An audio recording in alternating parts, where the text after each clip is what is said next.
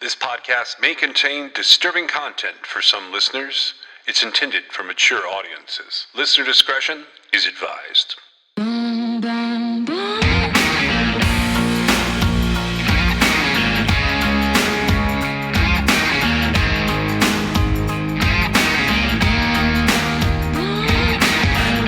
This is True Crime XS.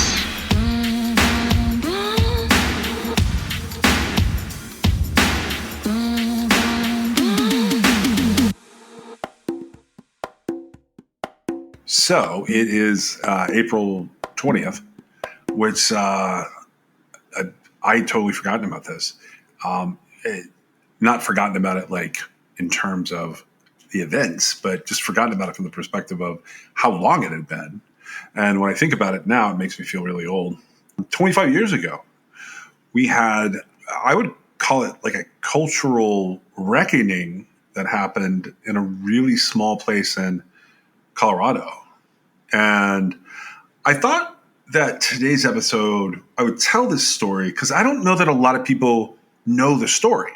I think it's glossed over that unless you were for some reason really enmeshed in the mainstream media or the coverage that's come out since then, I don't know that people understand what happened. I agree. And it was sort of, this is a little bit off of, our normal course of stuff, but it has been 25 years.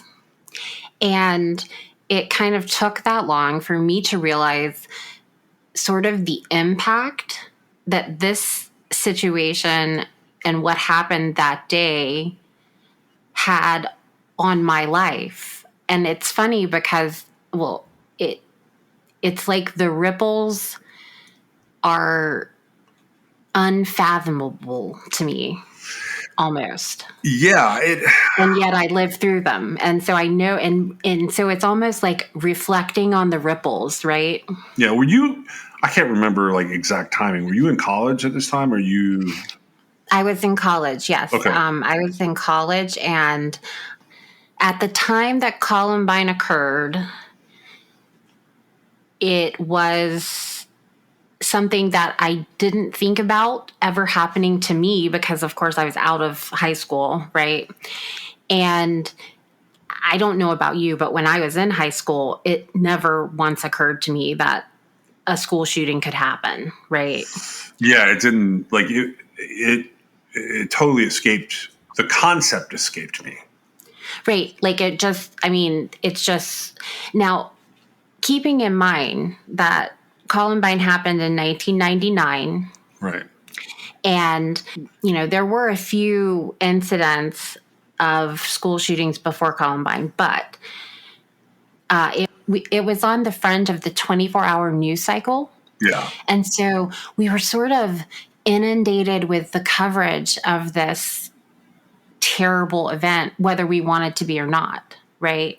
And so that's another thing that I kind of reflect on and realize that it, as a sign of the times, how much coverage the Columbine massacre got because of the way that news was moving at that point in time. And it was a fairly new thing. And, as time goes by, now it's completely different than it was in 1999, right? As far as like now we have access to everything all the time, right? Yeah. And in 1999, we were still like unplugging the phone to plug in the computer and dialing up through our free trial of AOL, right? And then the phone would ring and you get knocked offline. But anyway, so, along with the internet came this like outpouring of constant information. And that's one of the things that really kind of lit a fire under this, not to mention like it was a huge tragedy, right? Yeah, it really was. And just like speaking of like general stuff there. So we're going to be talking about two people today and sort of what their legacy has been like. And the first person that comes to mind is Eric Harris. He was born April 9th of 1981. And then Dylan Klebold, he was born September 11th of 1981. And you said AOL. What's interesting is the first clue we have about Columbine comes from Eric Harris, and it comes from a little subgroup he created. It looked like its own website. It was linked to his American Online profile. So America Online had AOL, had Messenger, and then it had a lot of different type chat rooms. But you could also create your own like private websites that you could share with people. And he did that. He primarily used it for video games, Doom, Doom 2, and Quake. And what he would do in these first-person shooter games is he would create mods. He would create mods to it, is what we call it now. Back then, they called them WADs. And what WADs were was, where's all the data? Because you would create a level and you were sort of piggybacking it on the game itself. I have to be really honest here. Now, back in 1999, I didn't know anything about that. And I learned about mods from my son years and years ago when he was about 2 playing Minecraft. Right. And we all, people at your house and people at my house all play Steam games together too. And some of the games that we all play together have mods in them. Right. And so what that is somebody has taken that folder, right? Yeah. And they've added what they wanted to add to it. And so Eric Harris in 1999 was on sort of the edge. I think it was the edge anyway. And he would make these. Now, you said WAD, where's all the data? Yeah, the levels for Doom and Doom 2 and Doom 3. Right. And he actually had some pretty crazy stuff going on with his programming that I remember as far as him. Not to forget, I believe they were both 17, weren't they? Well, at the time of the attack, you have Eric turning 18. So he turned 18 April 9th, which is just before the Columbine attack on April 20th. And Dylan was 17, but he would have been 18 in September of 1999. Right. And these are kids. Yeah, these are kids. These are high school students, like not even dropouts. They're still going to school. They were. And so, one of the things I think I've gained perspective on is I am now, in my 40s. And at the time this happened, these guys could have been my peers, right? Yeah, they were a little younger than me, but they would have been in that group. Right. And so, when this happened, I think largely I had to block it out because it was just so overwhelming. I know that I never had any fear going through school that this could happen to me. But like I said, by the time Columbine happened, I was already in college. And by the time Virginia Tech happened, I was out of college. And so there was sort of this kind of bubble that I made it through without having to have this fear. Yeah. But, for other reasons, it became very real later. Looking back at the time it happened, it's 2 kids that were very close to my age, peer-wise. And now looking back at it's, because they'll forever be 17 and 18 years old, right? Yeah. And it is a lot different to think about them doing it from, being middle-aged versus a teenager the same age as them, right? Yeah. Well, so he starts his AOL site. He's showing the WADs, and you're right. He is cementing sort of his forever image. This is Eric Harris. But as we talk, a lot of people think that, quote, they've been erased from the internet and this AOL site doesn't exist and these levels don't exist. I was able to find almost all of the initial levels, and I was able to find the old termination address for the AOL site. Now, the FBI has taken some of that stuff off. There's other media that big bad super cops step up and say, oh, we destroyed that. That's not true. They did not. And they said that to get around public records requests, but they did not destroy a lot of the stuff related to these kids. It's interesting that they said that, and I know that because they said it in 2010 and 2011, and it had all been erased. And then sometime in 2014, when I was working on something completely different, I actually found copies of everything related to a civil lawsuit. And it had DVDs of all the original Basement tapes that are supposedly, quote, destroyed. So I don't know why, like, the super cops step in and say the things that they did. I know this was a terrible time and a terrible situation for all of those law enforcement agencies involved here. But just looking as we were leading up to this, I was able to find, quote, the Harris levels, and they're genuine. Like, you can look all the way back to the creation date. Right. And to me, there was nothing, it's been a little bit longer since I was researching this case, but to me, there was nothing out of the ordinary about what he was doing. No, not at that time. So he sort of bumps his game up from the first person shooter levels, and he starts to he has like an early blog, and he's just typing on his page like it's a live journal today, but it's just on this AOL page. And he's talking about the two of them doing things. He's talking specifically about the first times when he was 15 and 16 years old that he was sneaking out of his house. And then it kind of escalates to vandalism from there. And then it escalates to him and a group of his friends that included Dylan. They start escalating to lighting fireworks. And he sort of jokingly calls these his, quote, rebel missions. And he turns this little journal into mission logs where he sort of describes it like it was a police or military action that they were out doing. Now, in early 1997, these journal posts start taking a turn. And Eric Harris's anger starts to show up in his posts. By the end of 1997, his little website is flat out connecting to both mimeographed or like photocopied, because like you could put pictures on the internet, but it wasn't a great idea in the mid 90s. It took forever, and even emailing pictures was kind of weird. But he starts to type out sections of diagrams and instructions on how to make different explosives. He doesn't have that many people. Up until August 1997, he really doesn't have any visitors to this, quote, private website. But he ended a blog post in August of 1997, and he detailed what is described as a murderous fantasy. And he said, all I want to do is kill and injure as many of you as I can, especially a few people like Brooks Brown. Now, Brooks Brown was a classmate at Columbine. So somehow Eric either sent this or showed it to someone who sent it to Brooks Brown's parents. And Brooks Brown's parents did the right thing.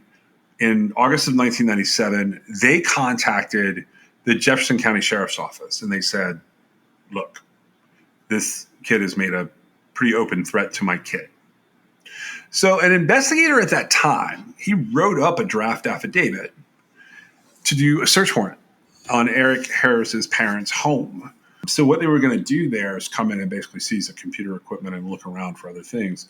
But for some reason, this all got settled out, and they kind of chalked it up to saying, look, these kids are 16 years old. I actually think it got kind of pushed aside. It was not a high priority at all. And I don't know if they pushed it aside intentionally or if they just ignored it because of the circumstances surrounding the parties.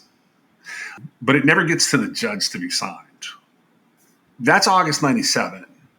In January of 1998, Dylan and Eric break into a white van in Littleton, Colorado. And they steal a bunch of tools and computer equipment. They end up being taken to family court. And a judge puts them in a juvenile diversion program because they agree, both of them and all of the people involved here, agree that they can plead out to a felony theft. And they're put into this juvenile diversion program. And the idea is if they have basically a probation officer, but a juvenile probation officer, and if they go to all their meetings with this like diversion officer, and they go to anger management, their juvenile delinquency will be forgiven. They also had to do community service, I believe. They had to do both community service project, which is a little different, and they had to finish out a probation term.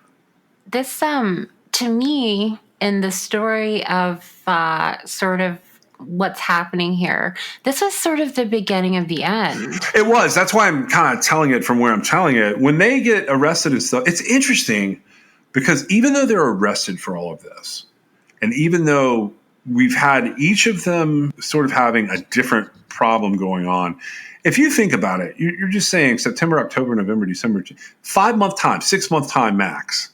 They have put a threat up against a classmate in 1997, by the way. And they have been arrested for a slew of felonies. You know what? My understanding is the issue with Brooks Brown was Eric was making him late for school after Brooks was kind enough to give him a ride. Right. And he stopped taking him because he would always be late picking Eric up. And so that's what that stemmed from. And that's very telling to me, because that is absolutely like a 16-year-old kid issue, right? Yeah, it's like, I mean, I remember taking people to school it went both ways. Either I was late or they were late, and somebody was always mad, and we were being childish about it. Brooks Brown has been very outspoken about sort of things leading up to what happened, and his account of it was, of course, now he's almost as old as I am, and looking back, it was a ridiculous, it was a non-issue, right? It was just something that I would describe Eric Harris as a lot hot-headed, right? And it was almost like he just took things for granted, and he was taking Brooks Brown's ride to school for granted. And it infuriated him in a way that like you really only see in like teenagers, really. I mean, I guess you could almost see it in an adult suffering from road rage, but if you listen to like how it all sort of played out, it was dumb. Yeah, well, all of it was dumb. Well, and while you're completely right, they were able to charm or scam the diversion officers. They both get let out of this diversion program that they're in early for having. Well, and I don't know that they were necessarily charming or scamming them. They did get out of it early, but through some of the journal writings and some of the stuff that came out later, we know that to Dylan and Eric both, this was a joke. This was a joke that they had to like sort of go through the motions on because they had gotten caught doing something stupid. Correct. Right? Yes. And I believe, and you know, who knows if it's right or wrong, but I know I've read it somewhere. I believe that the van was a work van and the tools were valuable, right? Correct. And they treated it like it wasn't an abandoned van that they were just like messing around with.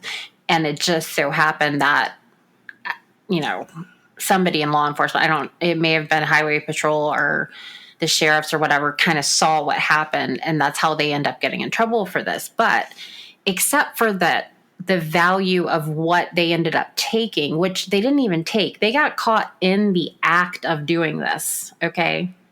So like the guy actually pulled up on them while they were breaking in and stealing this stuff. So they didn't even get it. Right. Yeah. But it's not very far out of the realm of things that teenagers do, in my opinion. It's not like it's the reactions to it that cause some problems. And so this is where we have, while we do have the first glimpse into what's going on, we also have the first sort of shutdown from the perspective, like these kids stop doing things as publicly as they were. And so the first part of that is Eric Harris turns his website /journal back into just those WADs, those user levels for different games. And then he gets a paper journal, like a little notebook, and he starts to write there. And that idea seems to possibly have come from Dylan. It turns out that Dylan had been keeping a journal since late 96, early 97, with definitive entries starting in March of 97. And in November of 1997, if anybody had found this in Reddit, Dylan Klebold is already mentioning killing sprees. He's using the journal to vent about his personal problems, but then he transforms the venting about personal problems to describing what he would wear and what weapons he would put together during a shooting spree.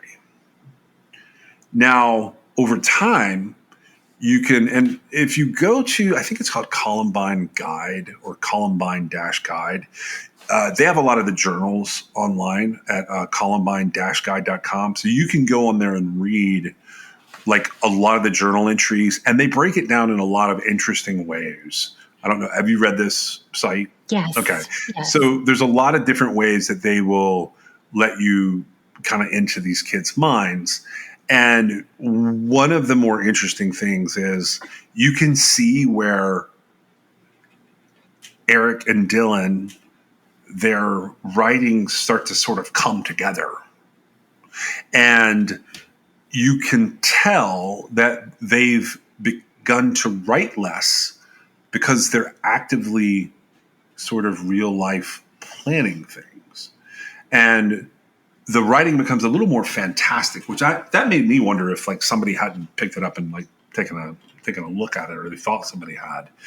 But What do you mean? Like somebody else? like a parent had found it and like they changed it up, because at one point Eric I see what you're saying. Eric Harris starts to write out these fantasies, and like he talks about like hijacking planes, and like he talks about these as sort of I was trying to remember what year the movie The Beach came out. Do you know what I'm talking about? Yes. I think it came out after they passed away, but he's almost describing like sort of escaping to paradise with some people. And he talked about in one of them, he talked about going into Denver's airport and hijacking a plane that he crashed into downtown New York City. There's some very interesting journal pages in here to wrap your head around. Right. But all in all, it's extreme in that, this is before 9/11, right? Correct. And so it is extreme, but it's also still a sign of like some pretty skewed immaturity. Eric Harris was a teenage boy. He had turned 18 right before this happened, but a lot of the things that he was very upset about, and that was fueling those types of journal entries and like the stuff that he was sort of getting himself into, a lot of that stuff, it lends itself to this is like a hurt little boy that's lashing out. That's how I saw it. Yeah, it really, both of them, they're swearing, fantastical, angry teenage boys. Right. And they're going through what just about every teenager goes through, but everybody handles it a different way. And there's something about the synergy of the two of them, though. Like when they come together. You're absolutely right. There's something about the synergy of the two of them. And what the synergy of the two of them was that ended up being so incredibly destructive was that they each finally had a friend, and neither one of them could tell each other no. Yeah. And so in their entries, some of the things that you can read about, they get a little more personal, like individually.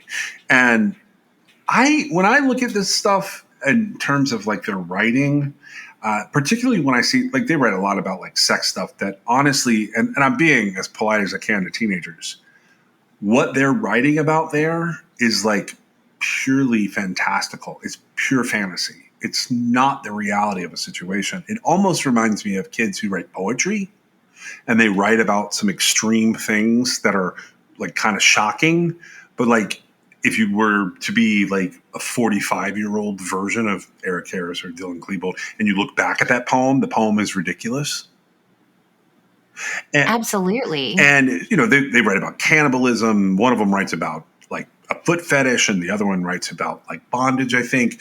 And they have no idea what any of that stuff really is. Yeah, they aren't wrapping their head around that. But they do get into this like mode where people in the schools can see what is happening with that synergy I was talking about.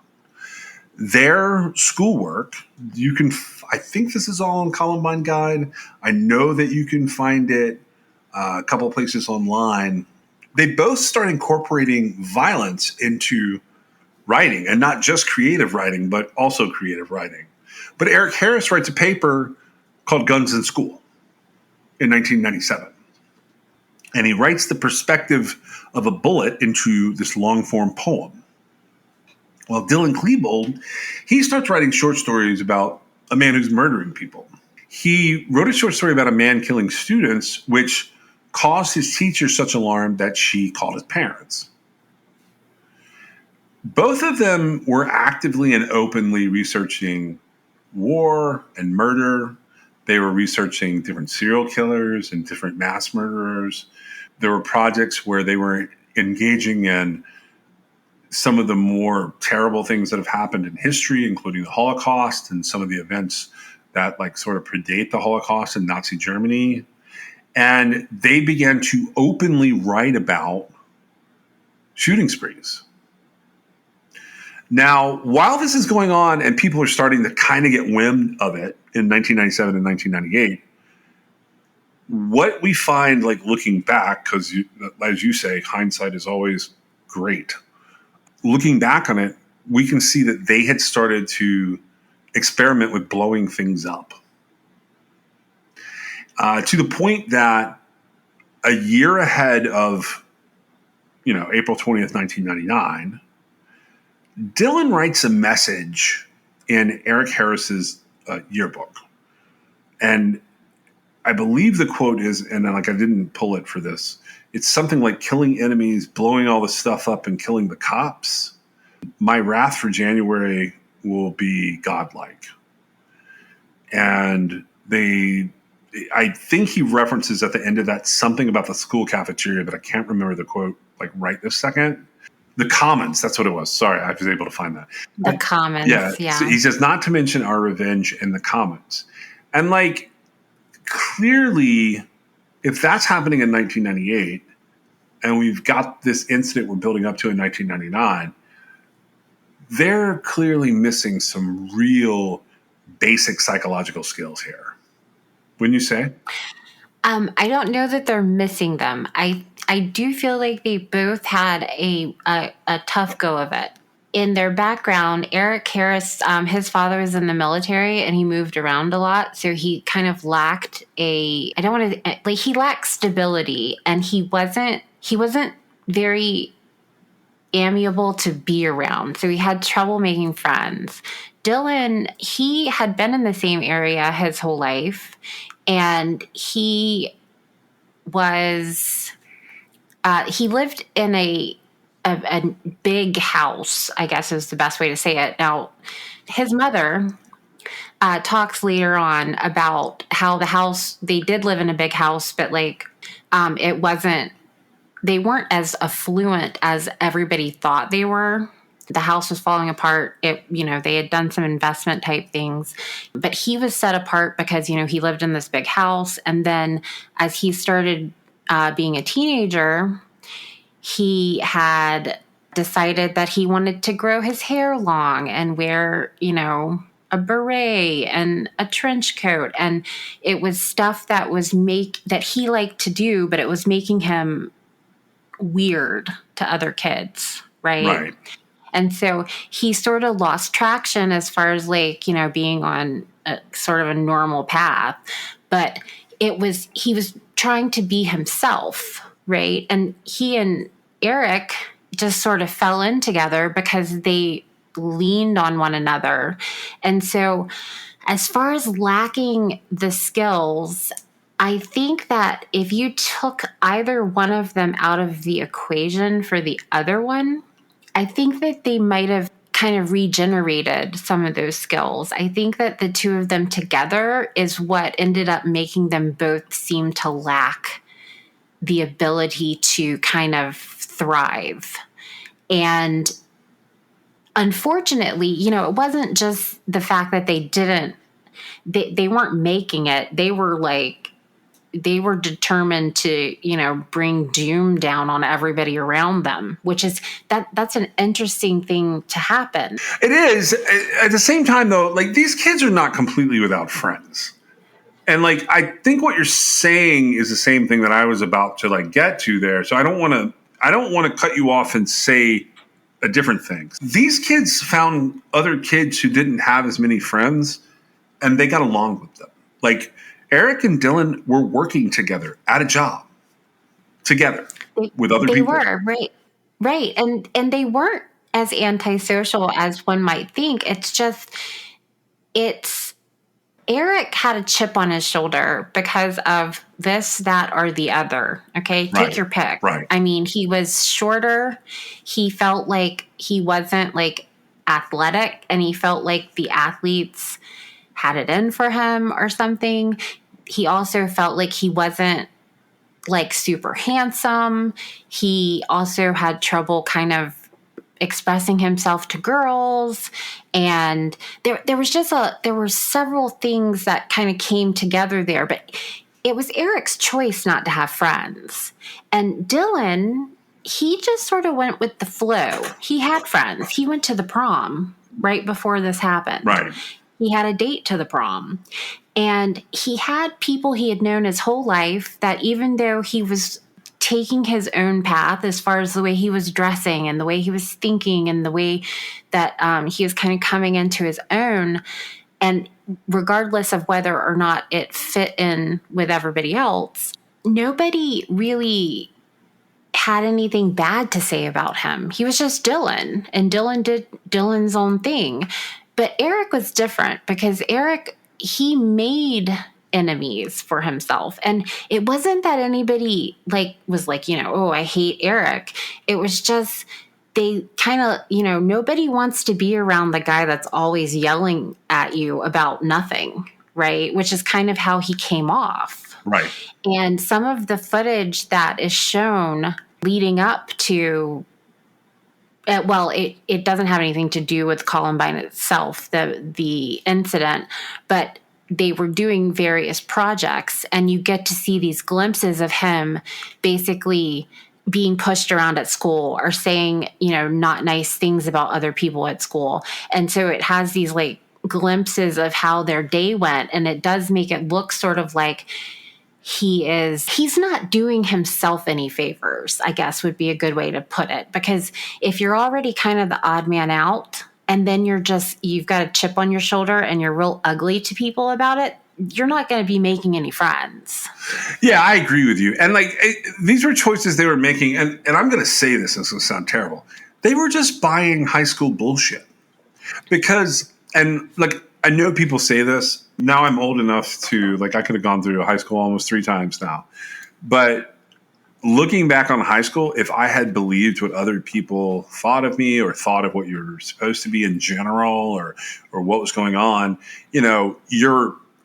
for me, I was in this several brick buildings full of other teenage hormone balls rolling around from class to class, pretending like we were learning something.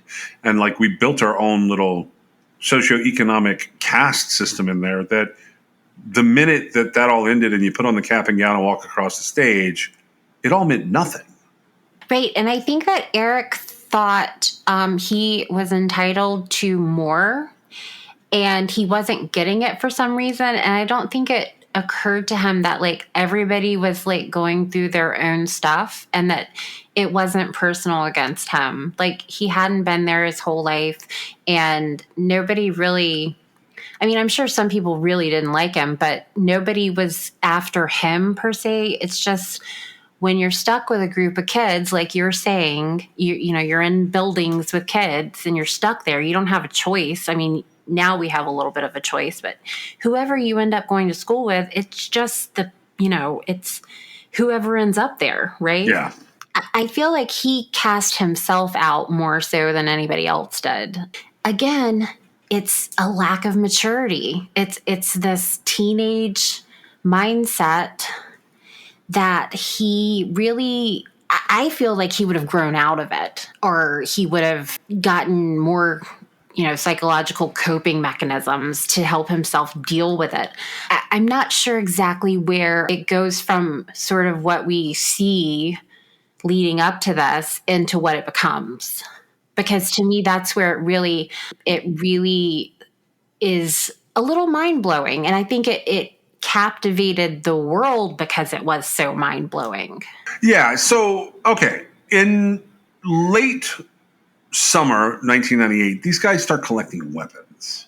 And they do this kind of haphazardly, but they do it to the point that they end up with Eric Harris having what's known as a High Point 9 carbine. And he also has a Savage Springfield pump action shotgun. Dylan is able to get his hands on an Intratec Tech 9, which is kind of looks like a fancy machine gun, but it's really just a pistol, a semi-automatic pistol. And some really good high-capacity magazines he gets for this. And he also gets his hands on another Savage shotgun. Eric Harris's shotgun gets sawed down to 26 inches, and Dylan's, I think he saws his barrel down to where the whole thing is 23 inches long. So all of those, that actually makes his technically a weapon of mass destruction, and it would be a violation of the National Firearms Act. So the way that they end up with this carbine, they trick their friend Robin Anderson, who's a little older.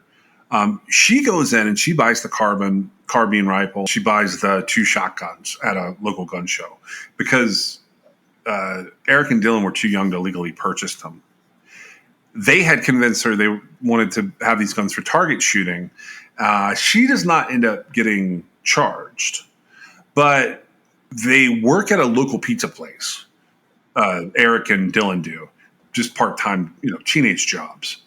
And one of their coworkers is a guy named Philip Duran, and Dylan buys a handgun from him. They get that handgun from Mark Maines, who goes to another gun show. And this is closer, so what Robin did was back in November of 98. This is late January of 1999. The Rampart Range videos where it's target shooting, which that gets released much, much later. You can see Mark Maines in there. His girlfriend's in there. Philip Duran is in there. And weirdly, Mark Maines and Philip Duran are the only people that are ever prosecuted for the Columbine Massacre. Right, and they were basically paraded back and forth on the news for years. Yes, they were, yeah. They were really the only ones that were left, so to speak. While they were young adults, they were in a lot of ways still kids. And I don't know how close they were, but I know that, they did work with Philip. And I guess Mark Maines was, I don't know if he worked there or if he was just a friend. I'm not really sure. Phillips. Okay. And so, they were in their early 20s, I think, maybe mid 20s. And there was nothing about these 2 kids that made these 20-somethings skeptical about handing over guns, right? Right. Now, fast forward, we know that Eric Harris turned 18 before this happened. Right. Right. Yeah. But leading up to it, he wasn't old enough. And to me, it seems like the prosecution of these guys, while I realize that they were trying to do something, right? Law enforcement were trying to seek justice somehow. Eric Harris would have gotten his hands on the guns regardless.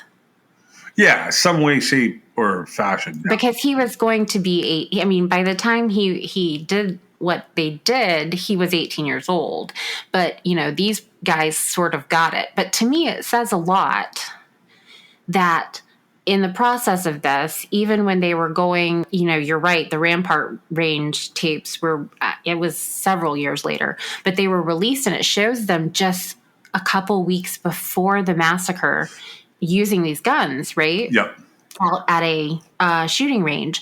And there was nothing to indicate to these men that, you know, kind of helped them that they were going to use it to shoot up the school. I don't feel like they would have I don't feel like any person that's, you know, not one of them. I mean, they wouldn't have given them guns to do that with. I don't think. No, I don't think so. Like the attitude in the videos, so you can see Jessica Miklik, Mark Maines, you can see them in there, and they're not like, nothing about that video is really sinister, except in hindsight, knowing that this was timed ahead of, I mean, it's dumb kids with guns shooting them at a tree and set of bowling pins, I think is what's in there. And like, they do clearly show that there's a sawed-off shotgun in the mix, and they talk about the fact that like they've sawed off too much of the gun. And that's like, so that's one of the charges that comes back to kind of haunt these guys, is possession of a sawed-off shotgun, and the other is supplying a minor with a right. And so to me, though, and you know, again, I was in college, but like these guys are not far away from my age, right? Yeah. The Dylan and Eric, and I just as easily could have had videos of stupid things like that happening. And I literally, I mean, I don't have any videos, but it never would have occurred to me that a gun was sawed off too short. I would have went out and shot guns with friends in a way that would have never hurt anybody. Yep.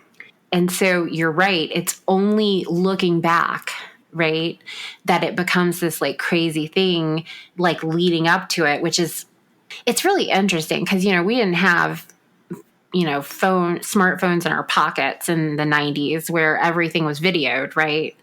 We didn't do that. Everything wasn't posted online. And to get these little peeks back into leading up to Columbine, a lot of weight is put on this stuff. And it makes me think about how, like, it's unfortunate that that's the way it sort of played out, because in any other circumstance, if they hadn't have been the shooters of Columbine, that video would be worth nothing. Nobody would have gotten charged for that. Nobody would have said anything about that, right? Yeah.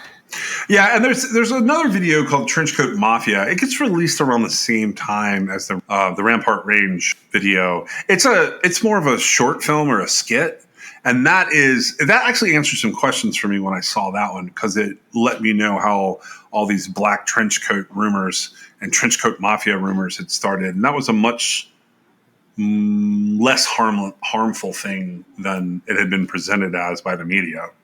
The Trenchcoat Mafia was a thing that actually like existed there apparently, but they were never really part of it. Yeah, no, it was not part of the massacre itself. No, not at all. And in fact, it became like this whole news thing that gave a lot of people a lot of grief. Yeah. Right. Yeah. And when, you know, now Dylan did wear a trench coat, not just for the Columbine massacre, but he wore it in like his day-to-day life. And he had developed his own look that involved this trench coat. And I knew a lot of kids during this period of time that were doing things like that. They didn't want to look, you know, preppy or like they were going to church or whatever. They were branching out, right? And, you know, there was an entire club of kids, I guess, that wore trench coats, and they were the Trench Coat Mafia, but they were like a study group. And Dylan like sort of knew some of them, but Eric was never part of it, and it had nothing to do with it. But I can still remember the anchor now talking about the Trench Coat Mafia. Yeah. Yeah, I can too. Let's get into let's talk about the massacre. And let's talk about it from the perspective of like the timeline on things. And you can stop me as you want to talk about things. April 20th of 1999, 420, is a Tuesday morning. At some point in time, depending on what version you read and where you're reading, Eric Harris and Dylan Klebold placed 2 duffel bags in the high school cafeteria at Columbine High. Each bag contains propane bombs, and they are set to detonate during the first lunch shift known as the, quote, A lunch, and that begins at 11:15 a.m. No one has ever definitively said when these backpacks and duffel bags get placed in the cafeteria because there's 400 or so backpacks that end up in the cafeteria on the floor by the door as you go in. You can, however, find footage that shows them putting the stuff, right? Yeah.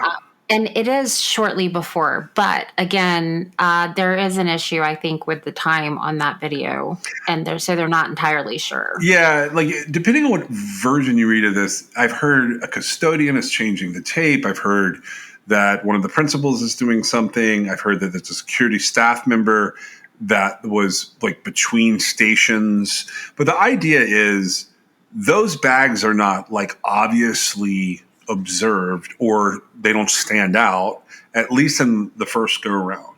Now, police have even gone as far as saying that it's possible that during the, quote, tape change, meaning when you take a physical tape out and replace it with another tape, that doesn't make a lot of sense for a school day. Most tapes, 6-hour tapes, I guess it could be they put it in there at 6 o'clock in the morning and they have to change it out at lunch. So that was something police brought up. And I don't think there was anything to that, though. Yeah, I think it's a little beyond even as conniving as these kids are. It's beyond their ability to think about that. But like you said, there is footage out there where people say that if you watch the surveillance video that's available online, sometime around 10:58, 10:59, that they are each coming in and they are dropping their, quote, duffel bag or backpack off separately in the pile. Right. This is looking back and sort of living through watching this on the news. I never completely understood all of this. I don't know if you did or not, but it's horrifying for me now because, like, this is sort of the beginning of their sinister plan. What we know about is they shot up the school, but that was actually not what they were intending to do to begin with. Yeah, and I know I just casually threw it out there, but it's because I'm about to talk a lot about bombs for a minute, not shooting. And that's sort of a horrifying topic to wrap your mind around. Well, it is, especially since it was 13 people, and both of the perpetrators all lost their lives that day. And it was soul crushing for our entire nation and probably the whole world, right? Yeah. It was a huge deal, again, because of the news cycle picking up like it did and the, very beginning days of the internet. People had so much information about it. But that's not what they were planning at all. Yeah, no, it's so much worse. So, okay. The next piece of information ties to the cafeteria information I just gave you. But it is actually something that is sort of an unknown in all of this. 2 backpacks were filled with homemade pipe bombs, aerosol canisters, and small propane bombs. They were placed in a field 3 miles south of Columbine High School. The bombs there were intended as a diversion to draw emergency personnel, specifically firefighters and others, away from the school. Now, there was a fire there, but only the pipe bomb went off and only one of the aerosol canisters that they had put inside there, which are these like large containers, only one of them detonated. It didn't create as much of a diversion as they were hoping for. No, it was 10 minutes in, and like honestly, it would have taken more time to write up the paperwork to explain what had just happened than it would to even deal with all of it. Right, but in their mind, they were going to delay help from arriving for as long as possible. That's devious as shit. It is devious, but it's also this whole other level of I don't even know how to explain it. To have emergency personnel responding to a random bomb fire in a field, so it would take them longer to get to the school once they got started. Chaos there got started. Yeah. But fortunately, it worked sort of, but it ultimately failed. They had a very small explosion and fire happen, but it did not take the attention away, right? Yeah, it didn't. So my understanding of this from reading like the legal record is that somebody called in that the bombs were there. And the bombs didn't actually go off at all until bomb technicians tried to mess with them. And when they started moving them, like in the, I don't know if you've seen the different containers they use, like to keep, like different police agencies have different types. They're almost like trash cans, but they're lined in a way that like they can be secured and you can move a bomb in there. Well, that's what made the bomb go off. So it made a small fire, but it made a small fire because they were trying to deal with it. Right. So it wouldn't have worked at all. Right. That's what I think. I think they, and that's going to be a theme here in a minute. But what it did do is those bomb techs, they thought something was screwy with the bombs being out there. And they realized that there may have been a motion activator on the bomb. They're not sure if that's the case or not because that one was good and destroyed, but they do bring that up later on. So Eric and Dylan, by this point, they have left the school and changed clothes, and they come back. So they were in their, normal school clothes when they dropped these duffel bags in the cafeteria. Somehow they've changed clothes from their car or in a different part of the school, and they return to school. And Eric Harris parks his vehicle in the junior student parking lot, and Dylan goes to what's known as the senior student parking lot that connects to it. And at this time, there is a Jefferson County Sheriff's deputy. His name is Neil Gardner. He is the full-time school resource officer. He usually would have gone down to the cafeteria and had lunch with the kids. But on this particular day, he was eating his lunch in his patrol car, and he was sitting on what would be the northwest corner of the campus. He was watching a bunch of students that were in what was called the Smoker's Pit over at Clement Park, which is a little like grassy area adjacent to the school. And really takes you back to the 90s. Yeah, it does, right? When I was in school, we did not have a smoking area. Yeah. But just a little before me, yep, people had smoking areas, and all you had to have was a written note from your parent saying it was okay for you to smoke. And so this is where the smokers congregated, right? Yeah. You've got a cop sitting there. Now, this cafeteria, and I think most cafeterias were like this in my mind for public schools, it's a long building, and like one whole side of it and then kind of around the corner is all windows.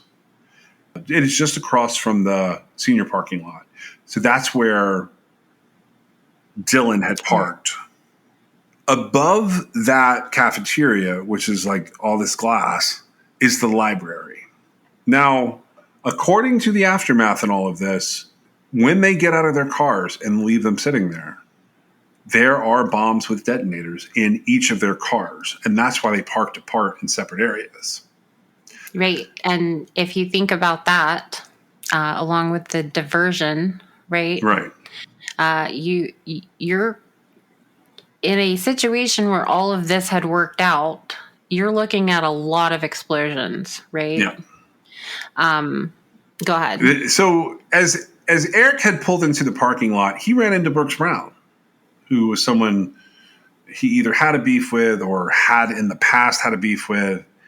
And Brooks Brown was standing in the parking lot smoking a cigarette. He was surprised that Eric Harris was there, and he chastises him about missing a class test. And I guess in Brooks's mind, Eric is a guy that doesn't normally miss like important dates as far as projects and tests and things like that. So he gives him junk for it. And Eric replies to him, "It doesn't matter anymore." And then he said, "Brooks, I like you. Get out of here. Go back home." Or something to that effect. Right. And that's according to Brooks, right? Yeah.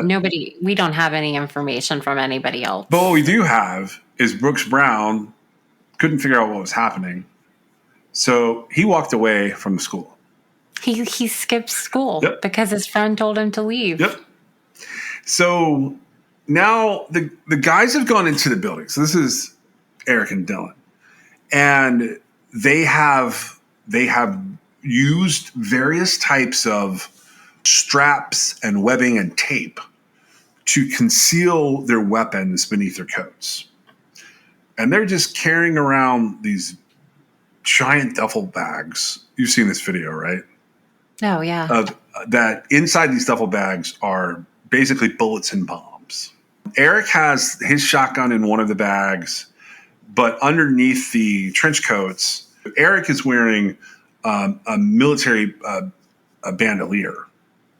And he has a white T-shirt with the inscription "Natural Selection" in black letters, which is something that comes up a lot in his journal as well. He refers to it, I think, ahead of it, but also as far back as like the van incident when he's complaining about the fact that this van was alone in the woods, and he's talking about how he's been victimized by the man. He's talking about natural selection being like it was his. He doesn't seem to understand the concept. He really doesn't, which again adds to my whole like very skewed immaturity happening with him. I can't get past that, but he had it. I don't know what he thought it meant. I can't figure out, because he did choose to write that on his shirt. Yeah. In this terrible swan song that they're doing here. And so to me, that just adds to how confused this kid was. So he's got his natural selection shirt on. Dylan is wearing a black T-shirt that has, in red letters, wrath, like the state of anger. Now, we're pulling up on 11:18 a.m. time-wise. And what they both realize is that they're either right on the cusp or something is wrong, because these huge bombs that they have put in the cafeteria are not going off. Right. And the information that was sort of gathered after and the evidence left behind, it indicated that during this very busy time, right, lunch, they had expected, I believe while they may have even still been standing from their car going into the building, they had expected those bombs to detonate. And, you know, if you think about it, a lunchroom, a cafeteria with a lunch starting in 1999, there's probably hundreds of kids pouring in, right? Yeah, the estimates were that would have been between 450 and 500 students in the cafeteria and another 100 potential students and staff above the cafeteria in the library and the other space there. Right. And so what they thought was, and, this is where I get cold chills. I don't know about you. If they had built the bombs so that the cafeteria bombs would explode, and that in that explosion, they would have had kids running out of the building everywhere, right? And the structural damage that would have been done would have caused the library to collapse in on the cafeteria. Correct. And so that was their weapon of mass destruction that day. That is what their aim was. And we're now at this point where they're walking up to go into the school and they're realizing this has not occurred. Yeah. So they are setting everything up. And my guess, I've never read an official explanation of this, is I have read the bombs were all functional, but something's wrong with the detonator is what I'm going to say here. Whatever they've done to time it. I think that the bombs were built by 17-year-old kids. Right. And I think they probably had made things blow up in the past with primers and like direct fire, and that this was something that didn't work. And I actually think this almost ruined it for them from the perspective of like what they're about to do. I really wish it had of. Yeah, I do too. Because they are standing there and they realize that whatever they thought, I don't know what the timing was, but it had gone past when they thought that they were going to be picking off anybody running out of the building screaming because a bomb just went off, right? Yeah, I think the idea was, so the max line happens at the beginning of the lunch that starts at 11:15, and now it's 11:18, and the bomb didn't go off. So we're walking towards something that's just students having their happy lunch. They changed their plans. They improvise on the spot. And at 11:19 a.m., they come across Rachel Scott and Richard Castaldo. They're having lunch, and this is going to be on the far side of the school. Dylan throws a pipe bomb into the parking lot, and the bomb goes off, but it doesn't have a lot of power. It's just smoking. Yeah, it's just sitting. It looks like a smoke bomb. So Richard Castaldo, he thought it was some kind of prank, maybe related to the end of the school year and the fact that, like, you know, people would be graduating, like a senior prank or something. And people are starting to watch what's happening, and they can clearly see Eric and Dylan walking up on things. Somebody says, "Go, go, go." And about the same time that happened, people began to realize that they had pulled out guns from underneath these trench coats, and they were now firing by 11:20 a.m. They come back to where Rachel Scott and Richard Castaldo are laying on the ground, and Rachel is killed when she is hit 4 times from the carbine rifle that Eric Harris is carrying. One of those shots hits her and destroys the left side of her head. Now, Richard Castaldo was shot 8 times in the chest, arm, and abdomen by both of them. And he hits the ground. He's paralyzed from the chest down, but he survives. Dylan's Tech 9 that he had gotten through these precarious processes with these people that he worked with, after he pulls the trigger twice, it jams, and he was forced to stop shooting in order to fix it. So he doesn't really know that much about these guns from a technical perspective. He simply removes the clip from it and puts a new clip into the gun. Now, at this point, Eric has taken off his trench coat altogether, and he is just shooting at multiple students, like at one time. And the students are starting to wonder if it's a paintball gun thing. He walks up on Daniel Rohrbaugh, Sean Graves, and Lance Kirkland. And they were about to walk up the staircase directly below the shooters. And Eric Harris fires 10 times, and he kills Daniel Rohrbaugh. And he injures both of the other guys. William Sanders is a teacher and one of the coaches from the school, and he's in the cafeteria when he hears the gunfire, and he starts trying to figure out what to do with the students. And I think at first he starts to tell them to get down, get down, get down. And Eric Harris turns in their direction and then turns away and fires 7 shots towards a group of kids sitting up on the hillside, kind of across and above from where Rachel Scott and Richard Castaldo were. He hits Michael Johnson in the face, leg, and arm, but Michael Johnson gets away. Mark Taylor is shot in the chest, the arms, and a leg. And he falls to the ground and pretends to be dead. The other students that were with them get away. At this point, Dylan has walked down the steps towards where Dan Rohrbach is laying. And he shoots at his body with a shotgun. And then he comes to Lance Kirkland, who's already wounded.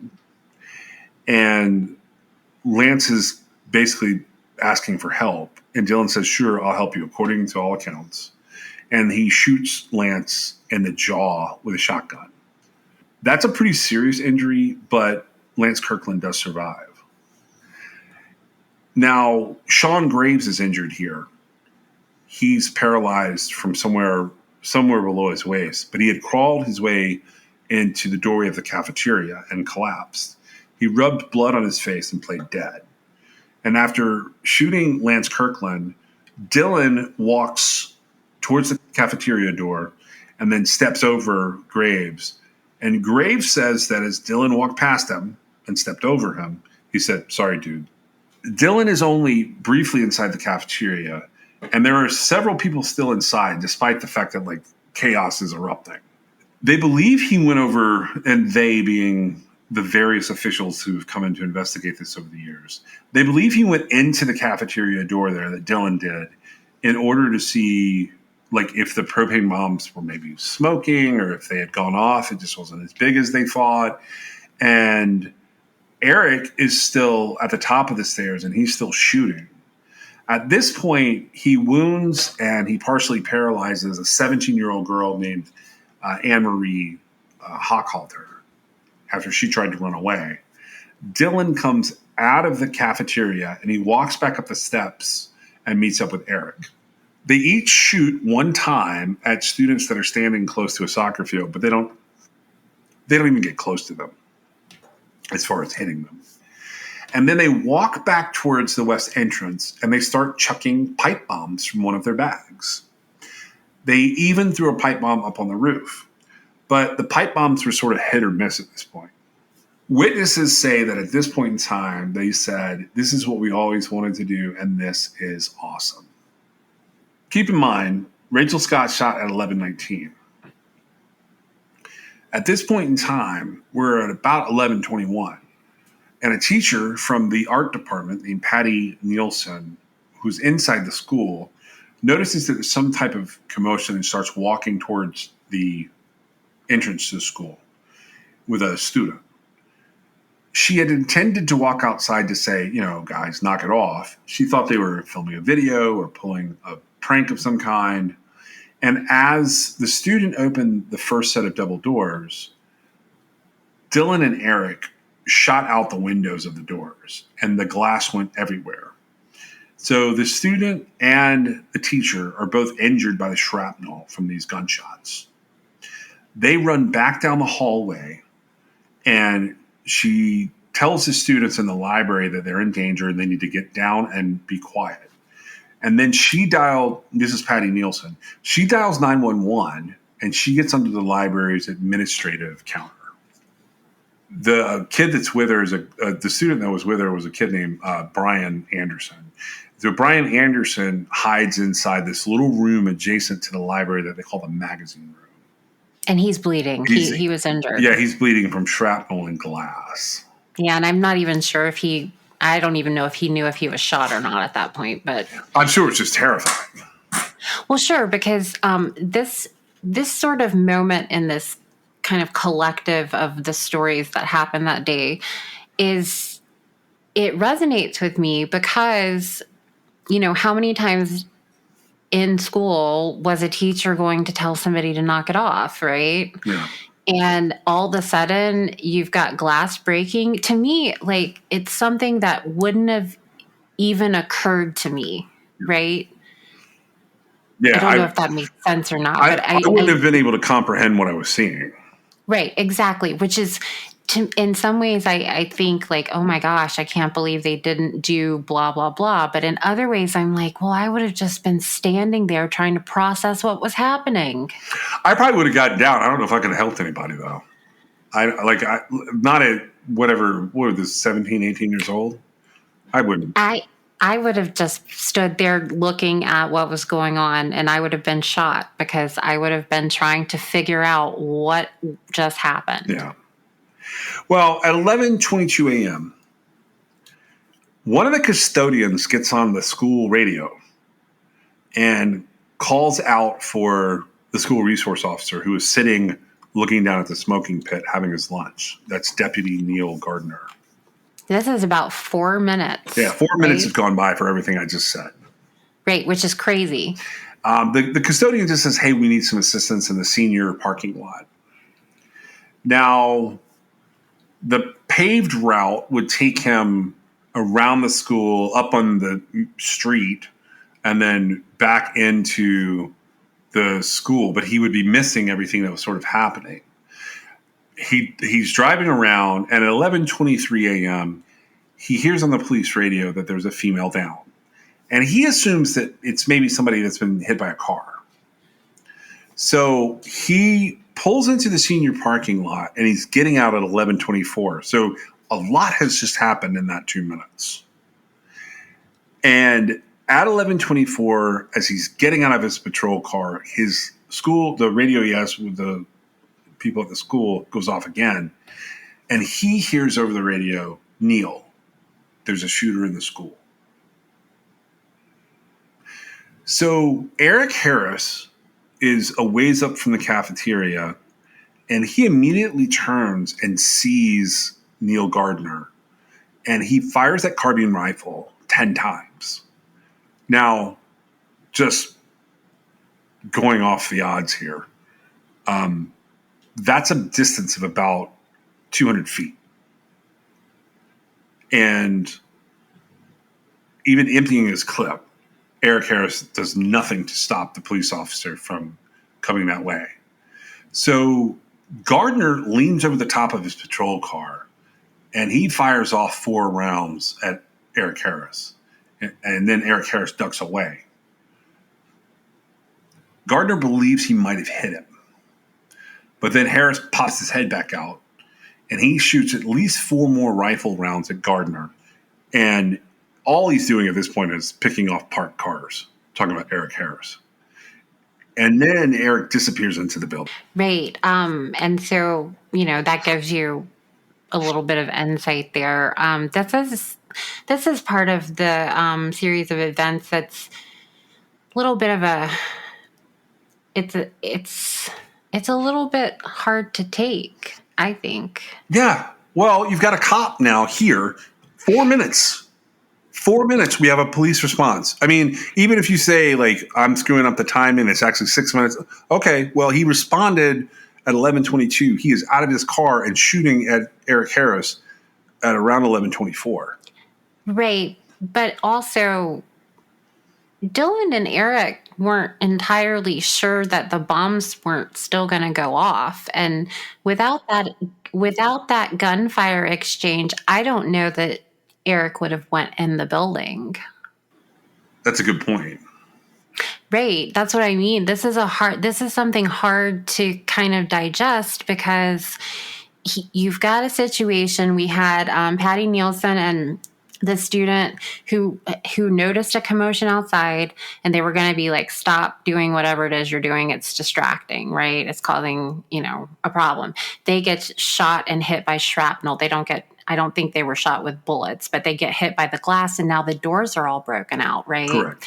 And then you get the SRO, the school resource officer. He's sitting in his vehicle, like eating lunch. No big deal. He responds very quickly, right? Oh, yeah. But he thinks that he's been told there's a female down, and I assume that's because Patty Nielsen's on the phone with 911, right?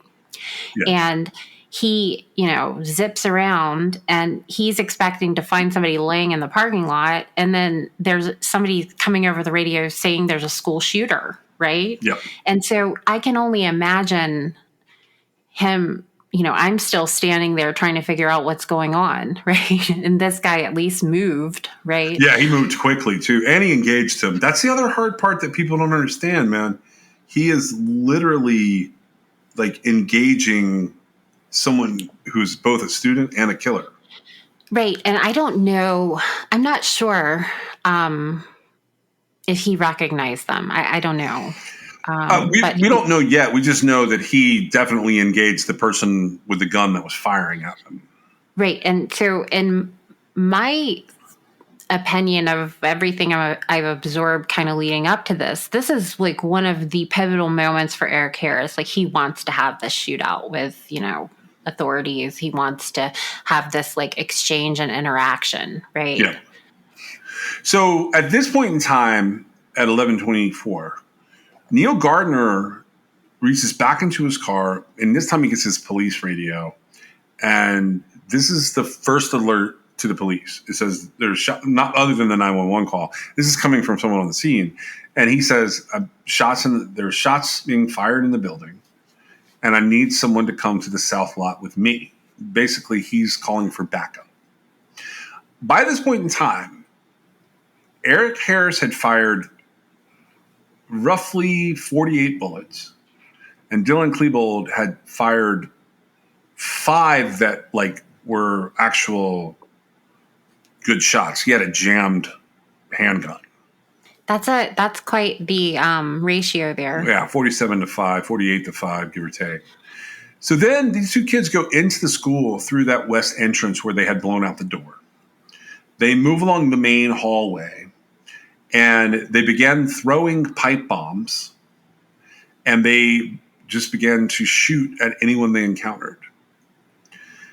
Dylan Klebold shoots a girl named Stephanie Munson in the ankle, but she's able to get out of the school.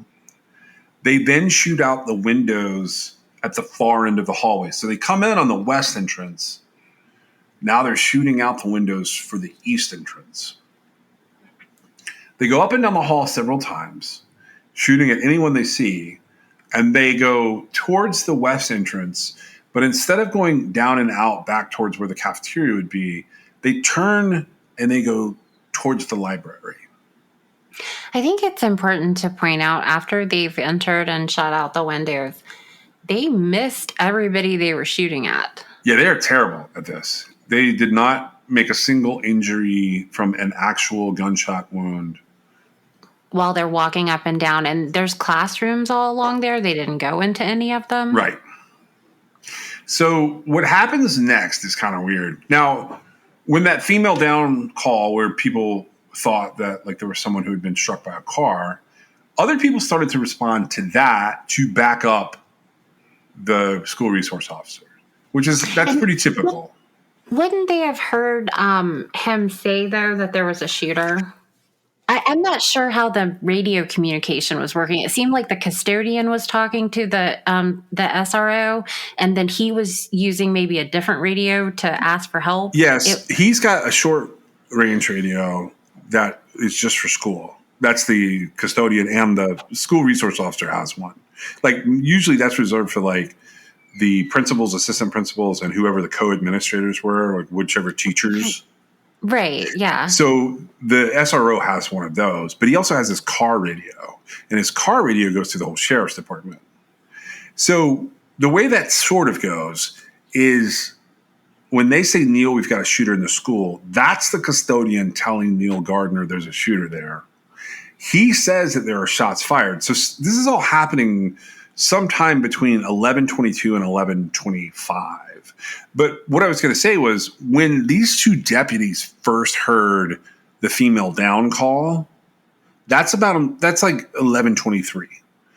They drive across the sports area. They're not on the fields, but they're in the grass between the different fields on their motorcycles. They had been writing a traffic ticket, and the two of them were together at a traffic stop, and they come straight up through to that west entrance where Patty and Brian had been standing, and as the gunmen entered the building, Dylan and Eric had taken out the windows.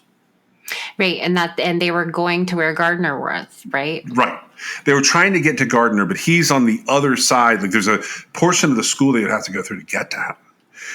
But when they get to this entrance area, they see 3 more deputies. Scott Taborski, Rick Cyril, and Kevin Walker are behind them in a patrol car. So they park their motorcycles, and everyone kind of piles into this one patrol car. And they're pulling along the fields, which are sort of behind the building, and they're able to begin like assessing people in a haphazard way who've been wounded. So they had to have gone from the female down to the shooter by then, because they wouldn't have abandoned their motorcycles otherwise. I think the reason they get off the bikes and into the patrol cars because they hear him say, "I'm on the south lot and there's a shooter." Okay. That's or shots fired, whatever the exact words were. It has to be something, because they would have just stayed on their motorcycles if they were responding to someone who had been hit by a car, right? Right. So at this point in time, these deputies, we've now collected 6 deputies over here. We got Paul Smoker, Paul Mager, Scott Taborski, Neil Gardner, Rick Searle, and Kevin Walker. They're starting to help the kids that are hurt outside of the building. And who else pops up but at 11:26? Eric Harris pops his head out of the double doors and he starts shooting again at Neil Gardner. And Neil Gardner returns fire. Deputy Smoker sees it happening. So he turns around and pulls out his service weapon, which is just a handgun. And he fires 3 rounds at Eric Harris. But again, the cops aren't even hitting anybody. Nobody's hitting anybody. Yep. There's just this gunfire. Yeah. So inside the cafeteria, we've got Dave Sanders and then a couple of custodians, a guy named John Curtis and a guy named Jay Galatine. They had told students to get under the tables, but then they started evacuating students. And what they were doing was, since the killers were on their level when they started, or since the shooters were on their level when they started evacuating the students up the staircase into the 2nd floor of the school. But the stairs were located like around the corner from the main hallway and the library hallway. Then Dave Sanders starts going through and he's trying to secure as much of the school as he can in a way to kind of like funnel these people back out of the school and to make sure students can be in safe places. So Sanders and another student are at the end of the hallway and he's telling the students in the libraries to stay where they're at. And he runs into Eric Harris and Dylan Klebold. They're approaching from the corner hallway. Sanders and the students see them, and they turn and they run in the opposite direction.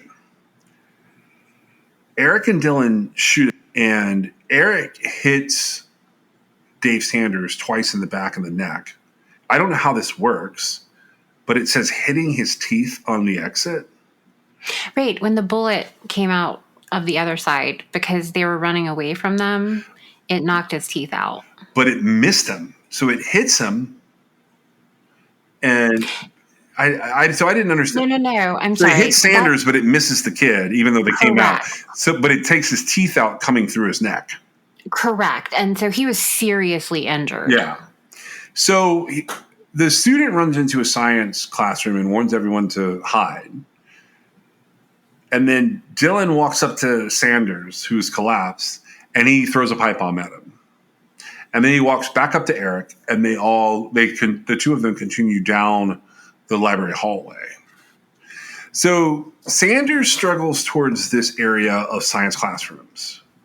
And a teacher named Rich Long helps Sanders get into one of the classrooms. There's 30 students in this room. And they grab another student named Aaron Hansey. He knew first aid. Despite all the craziness going on, they bring the student in who is helping Dave Sanders by like keeping him alive. They're just probably putting pressure, I would imagine, because he had suffered several tremendous shots. Yeah. And I just want to point out again, Eric and Dylan have encountered a teacher and a student in the hallway. The student got away. They shot the teacher twice. He's severely injured. He gets pulled into a classroom. But there is no confrontation between these guys and any of the classrooms, right? Yeah.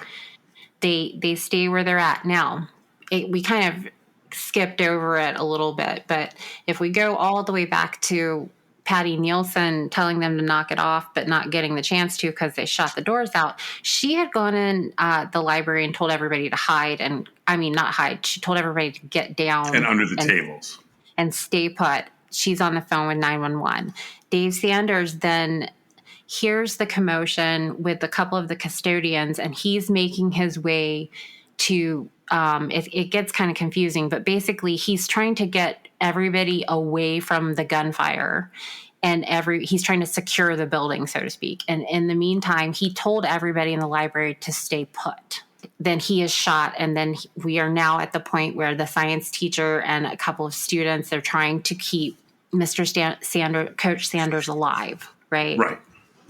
The reason I'm mentioning it the way that I'm mentioning it is because the arrival of police at the scene is a big deal. This is one of the fastest things I've ever seen unfold. And like, it prevents a lot more damage from being done, but then it's also not super helpful. But we've got Eric and Dylan, and we're kind of creating a separate timeline from everyone else at that point. And I would say, just for like the benefit of the audience, for me to get through this story, there's 3 timelines happening here. You have everyone who was at the school. Then you have Eric and Dylan. And then you have everyone who is outside of the school coming to the school. So even though they're all happening in the same moments, in order for me to tell it in an effective way, I might jump around a little bit there. So the 911 call had come in sometime around 11:25. We are now up to 11:28. At this point in time, Eric and Dylan advance on the library. Inside the library, there are 56 people. Eric walks in and comes around and yells, "Get up," loud enough that at 11:29, he is heard on the phone call that's been running since roughly 11:25 to 911, and on Patty Nielsen's 911 call.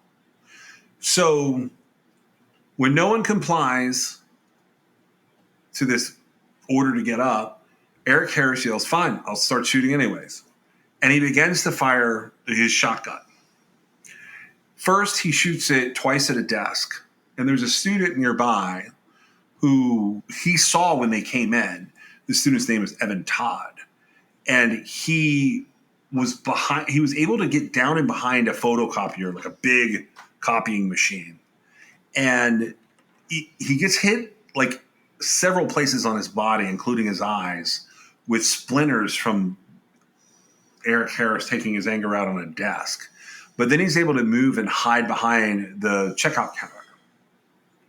So the two of them, Eric and Dylan, walk towards these 2 rows of computers. And I'm pretty sure online, correct me if I'm wrong, I think you can see most of this like in video, can't you? A big part of this? No. You mean like it actually happening? No. I mean like there's like a walkthrough where they show you what this rooms look like. Yes. Yeah, there is. It's from like, when it happened. So at what's called the north row of computers, and that's just for orientation purposes, there's a student named Kyle Velasquez. And Kyle is disabled. Dylan fires his shotgun and hits Kyle in the head and back and kills him. They then drop their duffel bags on the other row of computers and they begin to reload their weapons. They each walk between the computers and they look out the windows which face this outside staircase. They keep ordering everyone to get back up, to get up, and they are saying antagonistic things to all of the people that are sitting here. According to eyewitness accounts, they are acting like they're having a good time, and they're making celebratory noises after shooting, both people and things. At one point, it is alleged that they said anybody with a white hat or a sports emblem, stand up. So they do this thing with the jocks. Apparently it was a tradition for the people on the sports teams who wear white hats. Nobody stood up, and I've read a report that like somebody like chucked their hat under a table and one tucked it in their backpack. I don't know how true all of that is, but I think I would hide my white hat if I had one in that moment. That whoever, was mentioning that, but one of the things was, because we did have this 24-hour news cycle, the media descended quickly, and anybody that could talk about it was talking. And that was one of the things that was said, that it sort of skewed it, right? Because I don't know if you recall, but they said that like a large part of this was them targeting jocks. Right. And that wasn't necessarily true. That was Eric Harris had just gone into his high school library and was armed, right? And telling everybody to get up, and they were not listening to him. And he was then, he was trying to, he was going through a lot of, that had to have been frustrating. It had to have been frustrating for everybody involved, right? Yeah. But, you've got terrified kids who were told twice by Patty Nielsen and by Dave Sanders to stay in the library and get down. So they're now under their tables, right? And then one of their peers, which Columbine was a pretty large school. I don't know how many people knew who these guys were, right? Certainly some of them knew them, right? Yeah. And you've got, kids nobody is going to stand up in this situation. They already shot Kyle Velasquez, right? Yeah. Who he had no idea what was happening, was my impression. Correct. Right? They watched this occur. And then you've watched Eric Harris, who, if you knew him, his reputation was he had a chip on his shoulder. He was mad about a lot of things, and people generally didn't want to have anything to do with him. Not that they didn't like him. He was just hard to be around. And who is going to stand up, right? Yeah. And so he's realizing that even with these guns, he has no power, right? Yeah. Yeah, so nobody stands up. They shoot out the windows. I don't know exactly the order of them shooting the windows out, but it appears to have happened around the time they're trying to make the students with white hats stand up. And that was towards the police. That was in the direction of the police, who had, at this point, more and more police are arriving outside. Officers began to return fire, and Eric and Dylan stepped back and away from the windows. And again, no one hits anybody in this exchange. Dylan takes off his trench coat at this point.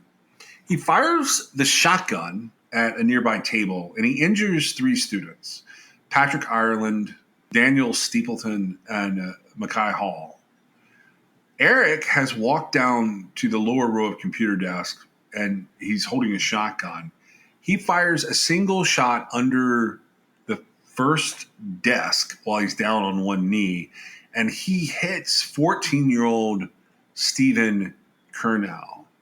And that shot is a terrible wound to Stephen's neck, and it kills him.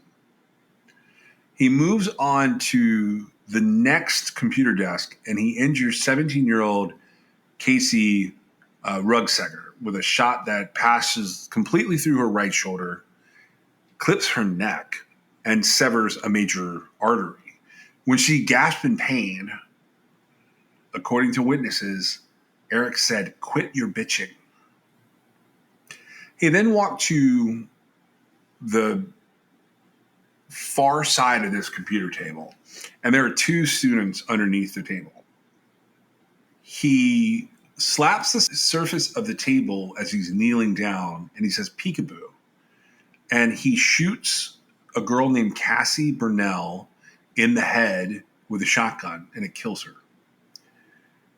At this point, he was holding the gun with one hand, and according to witnesses, when he pulled the trigger, the gun recoiled upwards and hit him in the face and caused. Yeah, it broke his nose. Yeah.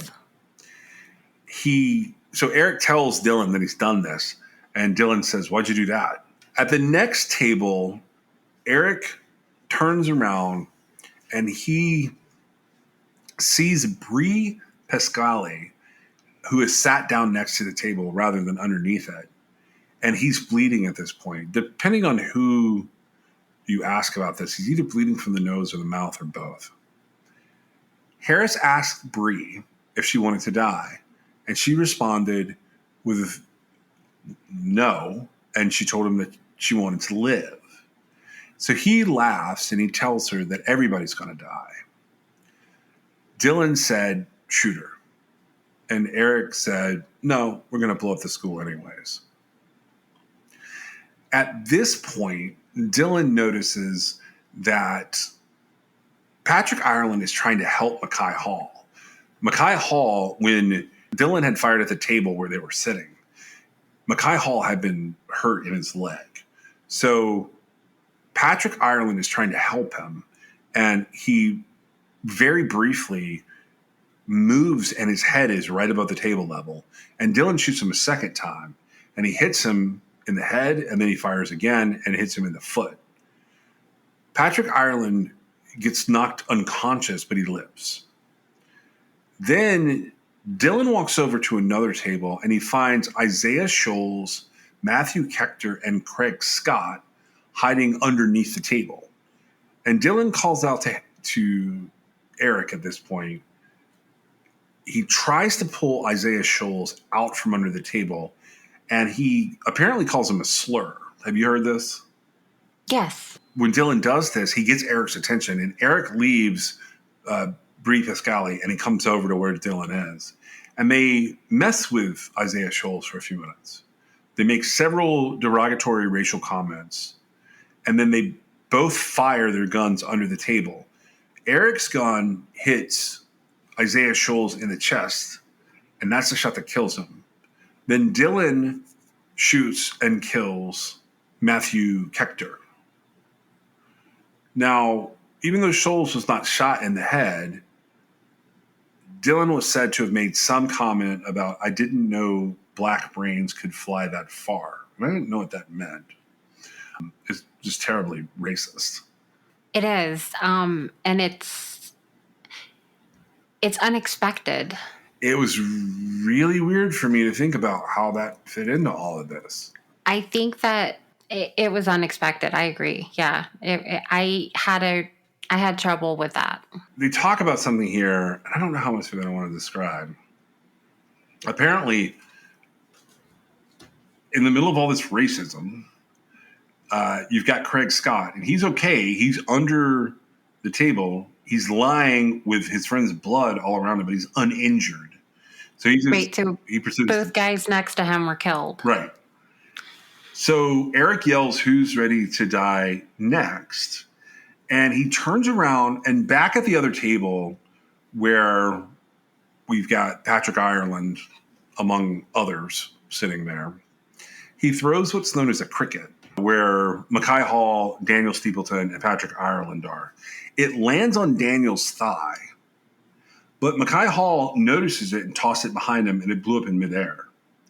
I don't know if have you seen a cricket before? Do you know what these are? No, I don't. Okay, so it looks like a CO2 canister with a fuse sticking out of it. Okay. So it's a little bomb. Yeah, it's a little tiny bomb. It doesn't do a lot, but it is, when it goes off, it's quite scary. Yeah, sure, because it's got, if it's any sort of canister, right? I mean, that exploding is surprising. Yeah, so apparently once this goes off, Eric's starting to lose it a little bit, and he starts kicking and shaking and climbing on different bookcases in this area. Right, and I thought of that as he essentially got punched in the face by his gun. So as the books fall off of the shelf, he starts shooting them. No idea why he does that. He's having a tantrum. You think it's all a tantrum based on the hitting himself in the face?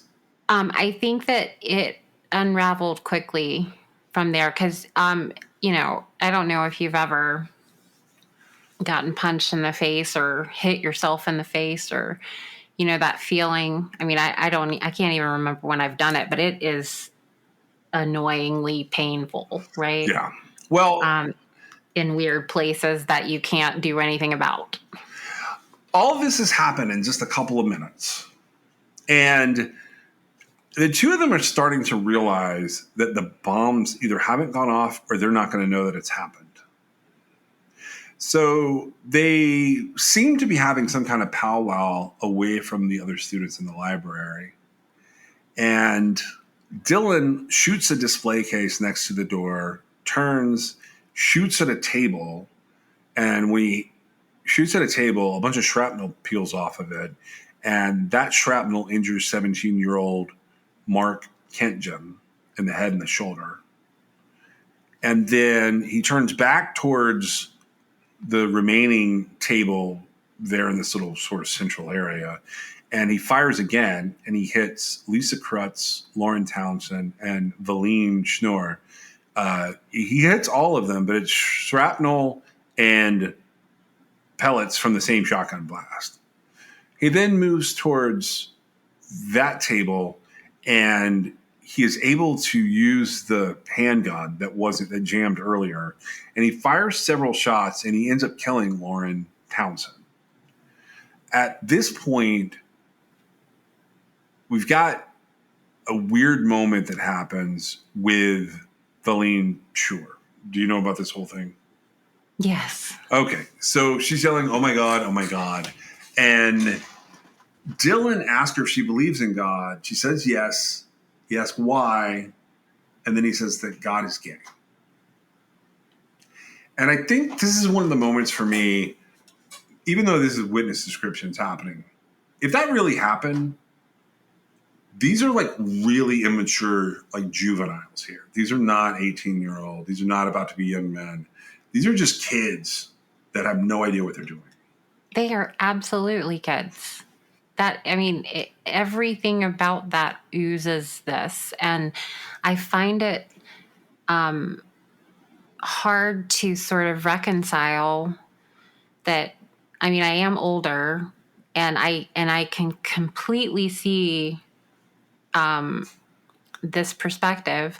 But at the same time, you've got somebody who says, God is gay, like in the midst of shooting. Yeah. Right. And to me, it's really hard to sort of get your mind around what could possibly be happening in their thinking. Right. Because it's crazy. It's crazy that you would even make such a flippant statement at all. But in that sort of context, it just doesn't really make a whole lot of sense. Yeah, right? It's super immature. Like, it doesn't matter whether it's like a valid statement or not. It's just so immature to say it that way in the midst of this carnage that you're responsible for. I will say that at late 90s, it was a slang. I wouldn't say God is gay, but a lot of times something that disheartens someone, it would be like, oh, that's gay, right? Because that was the time of, that's where we were in life. Of course, now that would be horribly offensive. I bring it up because it's quoted by witnesses and the different summaries you can read of this part. There are two girls that I don't know their identities. I've seen it somewhere in passing in the civil stuff. They're under a table when Eric Harris approaches them as the whole God is gay thing is happening. And he bends down and looks underneath and sees these two girls. And for some reason, he just calls them pathetic and keeps moving. And behind him, Dylan has reloaded his gun, but he walks away from Valine Schnorr. And at this point, Eric is at this other table where there are two kids underneath it. And he decides that he's going to shoot at it. So he shoots twice at the table, and he hits Nicole Nowlin and John Tomlin. Now, John Tomlin starts to scoot out from under the space and away after he gets hit by this bullet. And Dylan turns and shoots him repeatedly and kills him. Now, Eric Harris walks back to where he had killed Lauren Townsend. And behind that table, there's a 16-year-old girl named Kelly Fleming. Now, she had ducked down similar to how Bree Pascali had ducked down. meaning she was sitting next to the table, but there was so much going on underneath the table, she wasn't under the table. Eric shoots Kelly Fleming with a shotgun, and it hits her in the back, and it kills her. He turns slightly and shoots the table behind where Kelly Fleming was, and he hits Lauren Townsend again, who was already dead. He hits one of the other girls who is under the table, Lisa Kreutz, again. And he also wounds an 18-year-old girl named Gina Park. Then both Dylan and Eric move to the center of the library. They reload their weapons at a table in the center of the library. And then Eric points the carbine rifle under the table, and the student that he was aiming at moved out of the way. He moves his gun back onto the student and told him to identify himself. This is a kid named John Savage. He's a friend of Dylan's, or an acquaintance of Dylan's, depending on where you read. He asked Dylan what they were doing, to which he shrugged and answered, "Oh, just killing people." So John Savage asked him if they were going to kill him. And because of how much commotion was going on, Dylan said, "What?" And John asked him again whether they were going to kill him. And Dylan said no, but he should run. So John Savage runs. He flees back down through the library's main entrance and goes down through the cafeteria and out. After John Savage left, Eric decided that he was going to fire back on that table. And he hits the ear and hand of a 15-year-old named Daniel Mauser. Mauser then either shoved a chair or grabbed at Eric's leg, and Eric Harris fires again, and he hit Mauser in the center of the face with that gun at close range and killed him. Eric then moved around the table and fired 3 shots under a nearby table. He injured Jennifer Doyle and Austin Eubanks. And then he shot 1 time, and he killed Corey DePuter at around 11:35 a.m. So at this point, they've killed 10 people in the library. They have hurt 12 other people in this little area. They start to talk about what they're going to do next. And I think that they're genuinely believing that these bombs are going to go off. They're just delayed. In this account that you just sort of painstakingly went through, to me, this was almost a way for them to waste time, because they had come into the school armed to the hilt, in their opinion, with their shirts on that said Natural Selection and Wrath. They've got their car bombs waiting outside, right? Yep. And so in the library, they've killed 10 people in the library, and they've wounded 12. And that's out of, I believe you said 56 people? Yes. And I just want to point out that during this entire interaction, now, when this happened, I didn't think a whole lot about it. But now that I'm older and I have a child that's a teenager, I think about this kind of thing. There is no adult intervening in this situation. Right. These children are all in the library. They were told twice to get down and stay put. And there's been, now granted, it did take a long time to kind of go through it all, but this happened very quickly, right? Corey DePuter was the last to be killed in the library, and that's at 11:35, right? Correct. And so not much time has gone by. It's only been 20 minutes since the beginning of all of this. Right. And so leading up to that point, they killed Rachel Scott outside of the school. They killed Daniel, and I'm sorry, I never say his name right. He was down the stairs, right? That would be Daniel Rohrbaugh. Yes. And they have shot critically Dave Sanders. He's still alive, but he ends up being a fatality. And then the 10 people in the library. Correct. Okay. And so that is the extent of the casualties. Yeah, so this was the part that was weird for me, and there's still a couple of things to go through here, but at this point in time, like what we just went through is 20 minutes. Right. It's 20 minutes, and it's 20 minutes that I don't feel like they had planned. I don't think that I think this was the only thing that they could come up with to do, because they were not going, because, in a mass shooting situation, which I would never wish on anybody, but they could have went in there and just shot up the whole place and killed everybody in there. In theory, right? If that's what you're going for.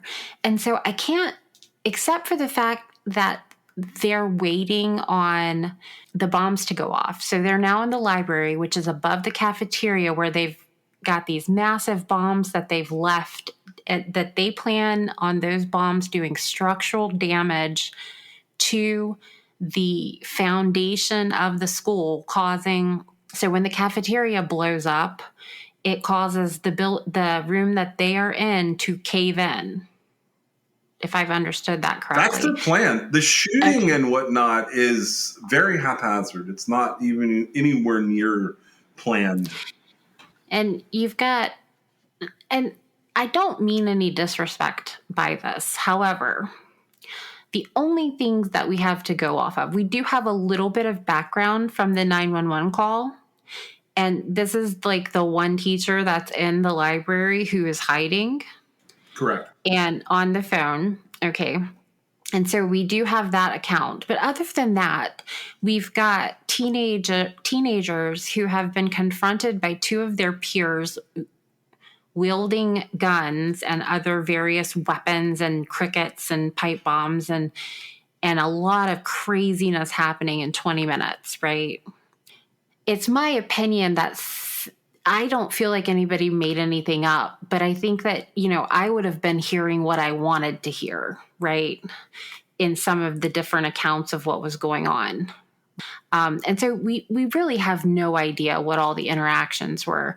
But it did seem to be that while it's sort of human nature to try and say, oh, it was racially motivated, or, oh, it was, they were going after the jocks, or whatever, we're trying to cope and figure out some sort of something that makes it not completely random. To me, ultimately, it does seem largely just random. I mean, they were certainly trying to cause chaos. I think they were, but I think that they were really banking on, I think if they had known earlier, which again, only 20 minutes has passed, I think if they had known earlier that the bombs were not going to go off, it would have been different. Yeah, we have a little bit more to address here. Okay, so the way that this kind of wraps up is, apparently they're stuck in the library, meaning all these people with Eric and Dylan. And someone quotes Dylan as saying they might have to start knifing people, but that doesn't become a thing. Eric Harris throws a Molotov cocktail towards the far side of the library, but nothing happens. They move over to one of the wounded, one of the students that they had wounded early on. His name is Evan Todd. And according to what the witnesses say here, Dylan says, "Are you a jock?" And he says, "No." And they say, "Well, that's good because we don't like jocks." And Dylan says they want to see his face. So he lifts up his hat a little bit, and he tells them to give them one reason why they shouldn't kill him. And Evan says, "I don't want any trouble." And the response from Dylan was reportedly, "Trouble? You don't even know what fucking trouble is." Evan says, "That's not what I meant. I mean, I don't have a problem with you guys. Never will, never did." Dylan tells Eric he's going to let Evan live, but that Eric can kill him if he wants to. That's a very telling statement, isn't it? Yeah, it's a little weird. Well, because Dylan and Eric, like we talked about earlier, they just finished early their community service, right? Right. And they felt like they had really been in trouble. Yeah. Again, immaturity, right? Yep. So at this point, Eric says to Dylan they should go back to the cafeteria. Eric's preoccupied because the bombs have not gone off. Yeah, and his nose is broken. Yeah. Yeah, his face is wrecked. So Dylan fires into an open door into the library staff break room. He hits the television in there. And Eric's walking away, and Dylan says one more thing and picks up a chair and slams it into the library, like the checkout counter. And he hits the computer terminal and he hits the counter. And behind that counter is where Patty Nielsen, who was the only person to call 911 from inside this area, is currently like sitting. Hiding. Yes, he's hiding back there. So at this point in time, here's our fatality count. For the most part, it is Eric Harris who has killed everybody.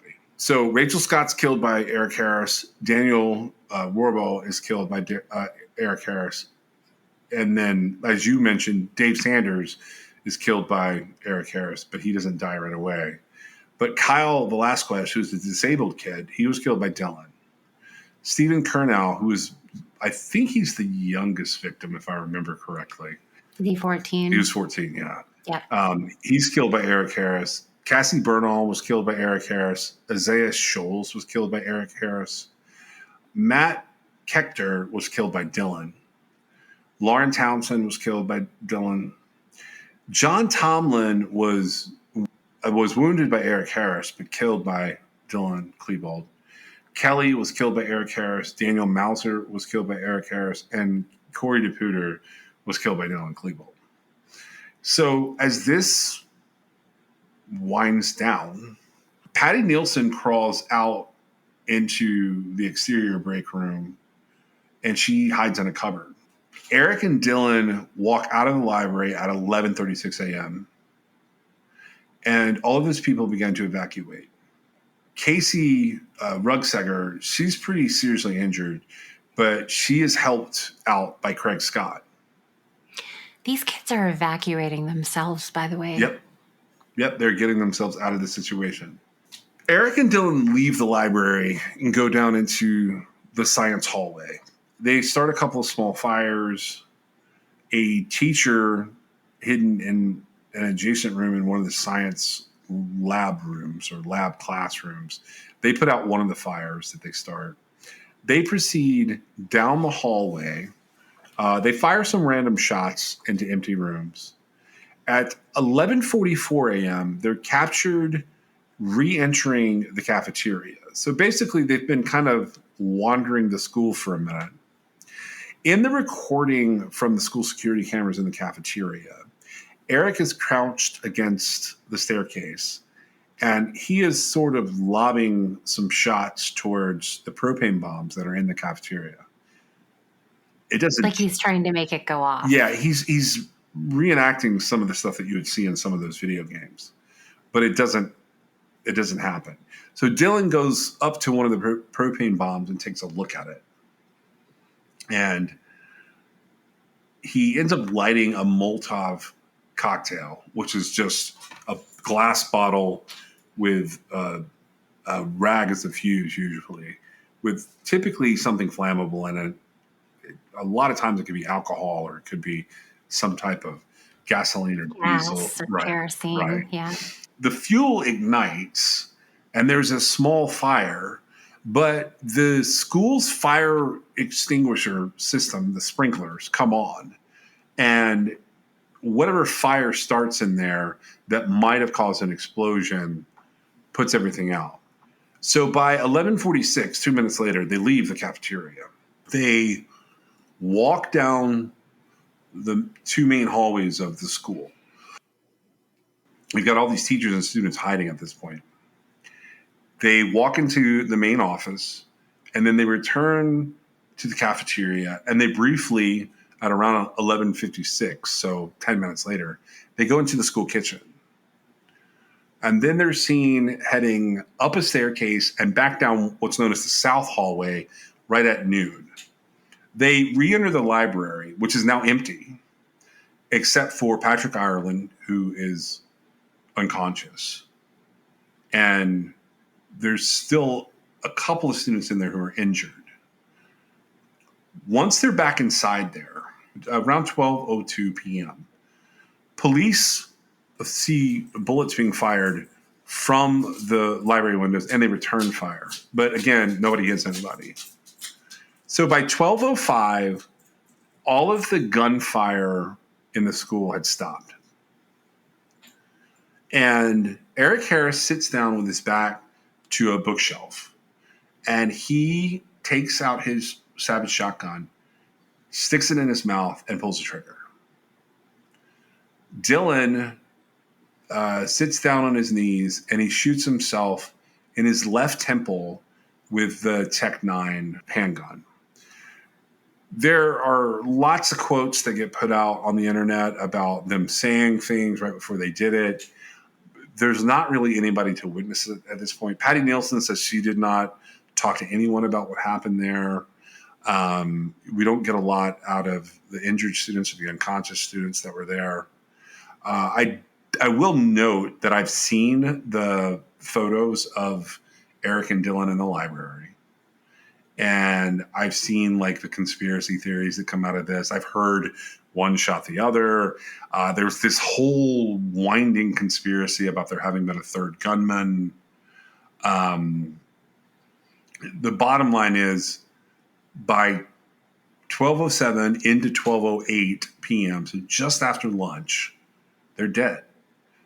That means that everything I just told you, even though it took me probably longer to talk than it did for them to do all of this. And I know they shot, I'm not going to say the injuries and the deaths here are insignificant, but they never achieve what they were attempting to achieve. Right. And they absolutely aren't insignificant. They are very significant. What happened, it rocked everybody's world, right? I mean, it really did. I recall it happening. But part of why we're covering this today is because, like, what we saw and were so affected by, it really wasn't anything they had planned. Yeah, this is one of the most haphazard ways to become, for lack of a better word, a cultural infamous icon, because the word Columbine is still synonymous with the school shooting even today. And Harris and Klebold are talked about in positive and negative lights by groups that use them to their to try to use them to their benefit, even today. Right. And, it's really an interesting perspective to be 25 years out from it happening, to have it have had basically at the time it happened, it was a terrible thing that happened, and it was tragic and it was heartbreaking, but it didn't have a huge effect on me because I wasn't in high school any longer, and I didn't see that happening to me. But something that resonates throughout the years is in this short period of time, we've got the children who are in the library being the majority. That's where the most children died, right? Or the most teenagers died. And you've got all kinds of law enforcement building a perimeter outside of the building. Yeah, by noon, they had whatever tactical units were available to Jefferson County and Columbine were there by noon. That's pretty impressive, actually, that they were able to get there that quickly. They're stationed outside of the school, and they've got ambulances on site taking wounded people outside of the building to local hospitals. Perhaps Coach Sanders is the best evidence that, the way that they did it was the right way to do it, because he was killed. When I put myself in this position, because in 1999, we didn't have a Columbine. okay, until it happened, right? Like we didn't have a reference point in time. Because I feel like now, if you say, well, when Columbine happened, everybody knows what you're talking about, right? Oh It yeah. was the first massive school shooting that we saw because of our 24-hour news cycle. Now, there were school shootings before, but this was the first like mass school shooting that we saw so up close and personally. And when I look back on it now, granted, since Columbine, we have had way too many other tragedies happen in schools. And, we had Virginia Tech, Yeah. which was a college, right? And so that was after I was out of college. But then we had Sandy Hook, Uvalde, Yep. Parkland, Yep. and I think I got Uvalde and Parkland backwards chronologically. But in those, I believe with Uvalde, it was even more so apparent. But I think in Parkland, it started coming out. In Sandy Hook, there wasn't even enough time, I don't think, for any police officers to get there. But one of these things that we started seeing, it starts here with Columbine, was that even though Columbine happened and it was Columbine, in 18 with the Parkland shooting, which is 20 and 19 years later, right? It's 19 years after Columbine almost. We still have a situation where the kids were left to pretty much fend for themselves. Yeah. So this was up until the other shootings, specifically Sandy Hook in 2012. This was the deadliest mass shooting at a K through 12 school, like for all that time. Well, and we sort of painstakingly went through what happened here. That was not what Eric Harris and Dylan Klebold planned. Their plan was to blow the school up and pick off anybody who happened to survive, right? Yes.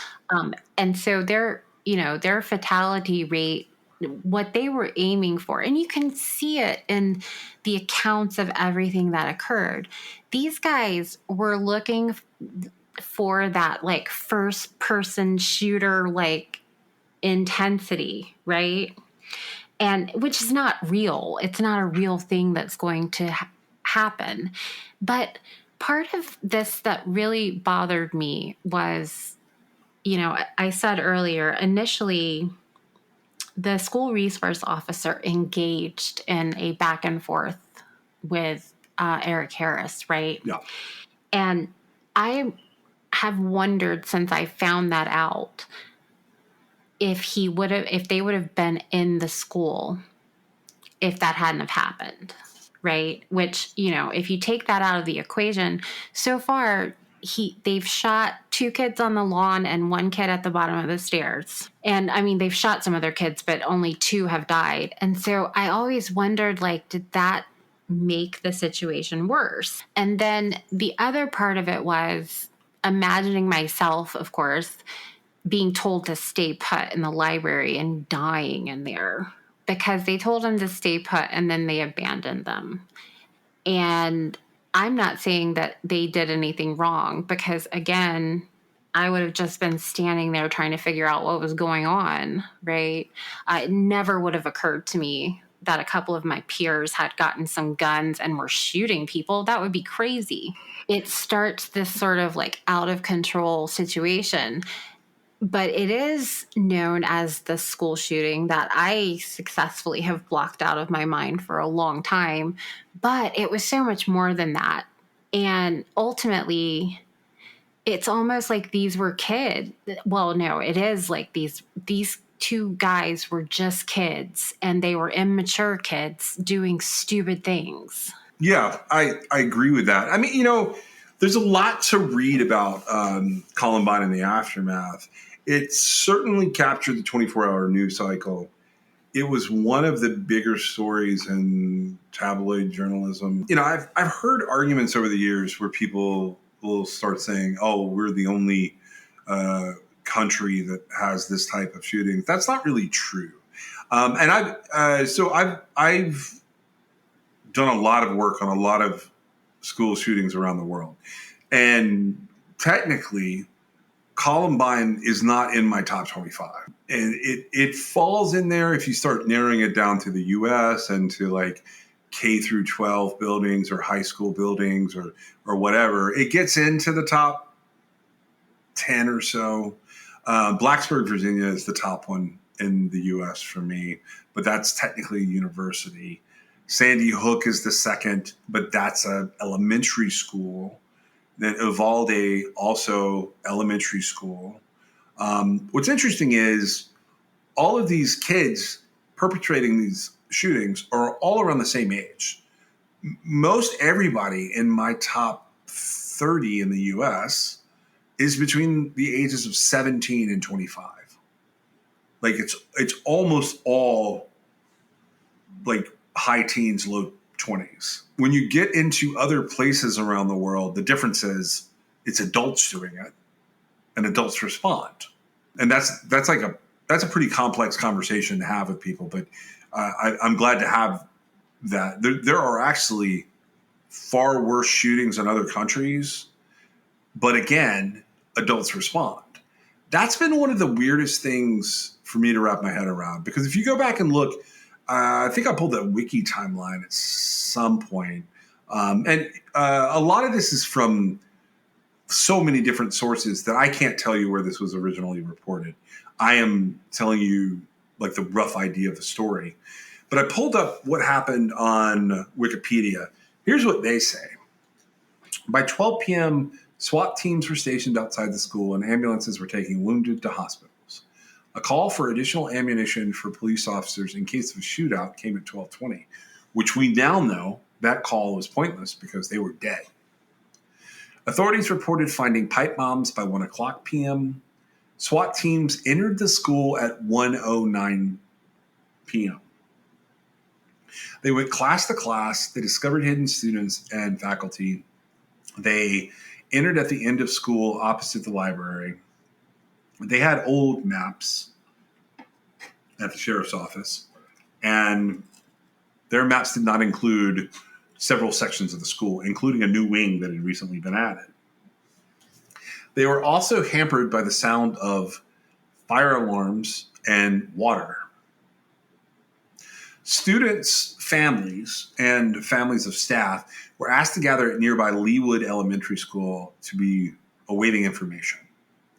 Some of the victims' families were told to wait on a school bus that never came.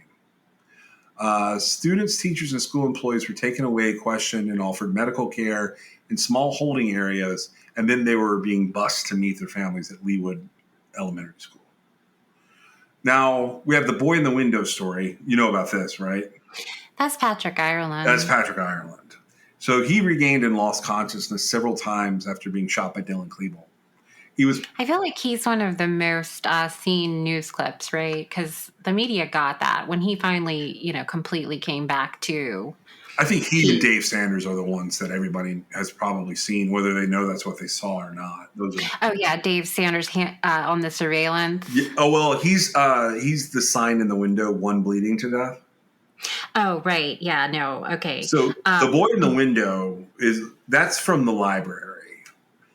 Right. And he basically comes to, realizes everybody's gone, has no idea what's going on, and makes his way blindly to fall out the window onto the law enforcement, right? Yeah. So he comes to, and at 2:40, by the time that he is doing this at 2:40, the media has gotten there.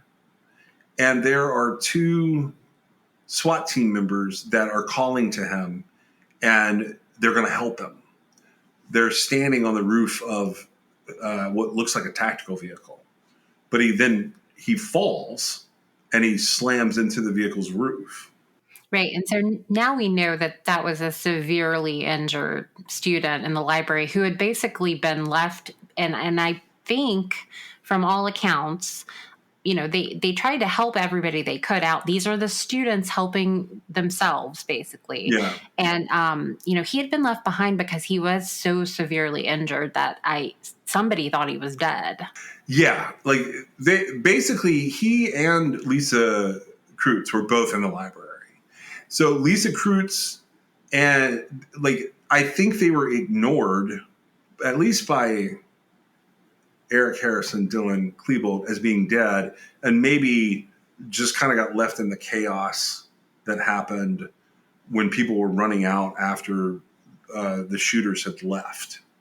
So Patrick Ireland's the first one. Lisa Kreutz, she's been shot multiple times. She's been in the library.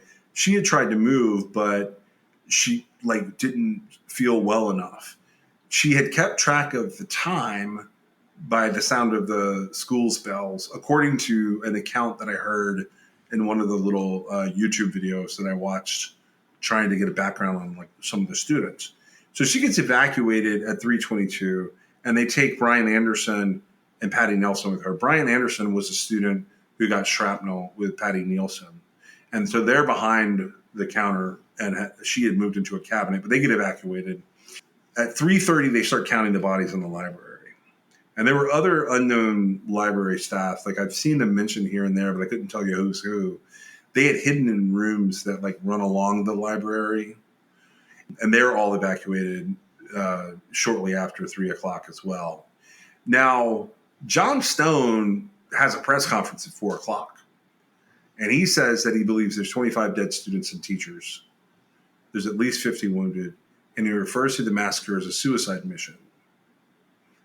And I'm just going to say right now, that was some real bad law enforcement. I understand he was under a lot of stress, but that whole thing, making that announcement like that, was terrible, because the chaos of getting families back together is going to take till the next day. At 2:15 p.m., students had placed a sign in one of the windows that said "1 bleeding to death." This was in order to alert police and medical personnel that Dave Sanders was in the science lab. But police believed that it was a ruse by the shooters. Who had been dead for 2 hours. Who had been dead for over 2 hours at this point. At 2:30, they see the sign, and by 2:40, SWAT had moved into the room and evacuated the students, and they called for a paramedic. So the student and one of the teachers stayed behind. The student that had been performing first aid for Dave Sanders didn't want to leave him. So by 3 o'clock, SWAT officers had moved him into a storage room, which would be more easily accessible to get him out of the building. And the paramedic, when they arrived, they found that Dave had passed away. He was the only teacher to die in this shooting. Right. And he would have survived if he'd gotten, I don't know that he would have survived, but he needed immediate medical care that was put off because of just really no planning for something like this, right? Yeah. Which, I can't really say a whole lot, because I feel like at a certain point in the United States' cultural history, you would have looked like a lunatic trying to say, one day we're going to have these mass shootings and we need to prepare for them, right? Yeah. I think that would have not gone over very well, which, it shouldn't go over very well. It's horrifying. I think about that teacher. He was trying to do something to help. He became aware of a situation and he put himself on the line, which is exactly what you would think a lot of teachers would do, right? He was trying to protect the kids, and he was killed, right? And he was killed in a way where he suffered for several hours because of just no way of authorities and administration at the school ever having any idea of how to prepare for this, right? Or having any idea that this is something that they would need to prepare for. Because while there have been a lot of school shootings leading up to this, they weren't widely known. And a lot of them, you find that it's not this mass shooting. It's a situation where there's an issue between a couple of people, not a couple of teenage boys who've decided they want to go on a shooting spree. Most school shootings are They have a almost traditional motive. And a lot of times the only reason it's a mass shooting is because of collateral damage that occurs in carrying out what they're initially motivated to do. This is one of those instances. I think that Dylan and Eric, thankfully, as tragic as it was, they completely failed at what they were trying to do. Correct. And, as a pair of shooters, this was also interesting because the bulk of shootings take place is somebody in their late teens, early 20s. It's one person. And earlier on, I said that they fueled one another and that they'd finally made a friend that they couldn't say no to. And I stand by that. I don't feel like either one of these guys would have done this on their own. And in fact, I'm not entirely, I don't feel like Dylan really wanted to kill people. I actually think Dylan was excited about the idea, but the reality was less satisfying. Well, I feel like the numbers speak for themselves. No, I mean, we'll never have the evidence. Yeah, you're right. The numbers do, to a degree, speak to themselves. But I'm saying, I don't know how you point a finger between the two of them. Does that make sense? I wouldn't point a finger between the two of them. They were both children, in my opinion. Especially now, looking back, they were children. They were actually pretty normal. It seems like they had some issues. They were just clever enough to be able to fulfill some of their vengeful desires. And what I mean by that is everybody's got a nemesis or a bully or a girl that wouldn't go out with them or whatever. Everybody's gone through that.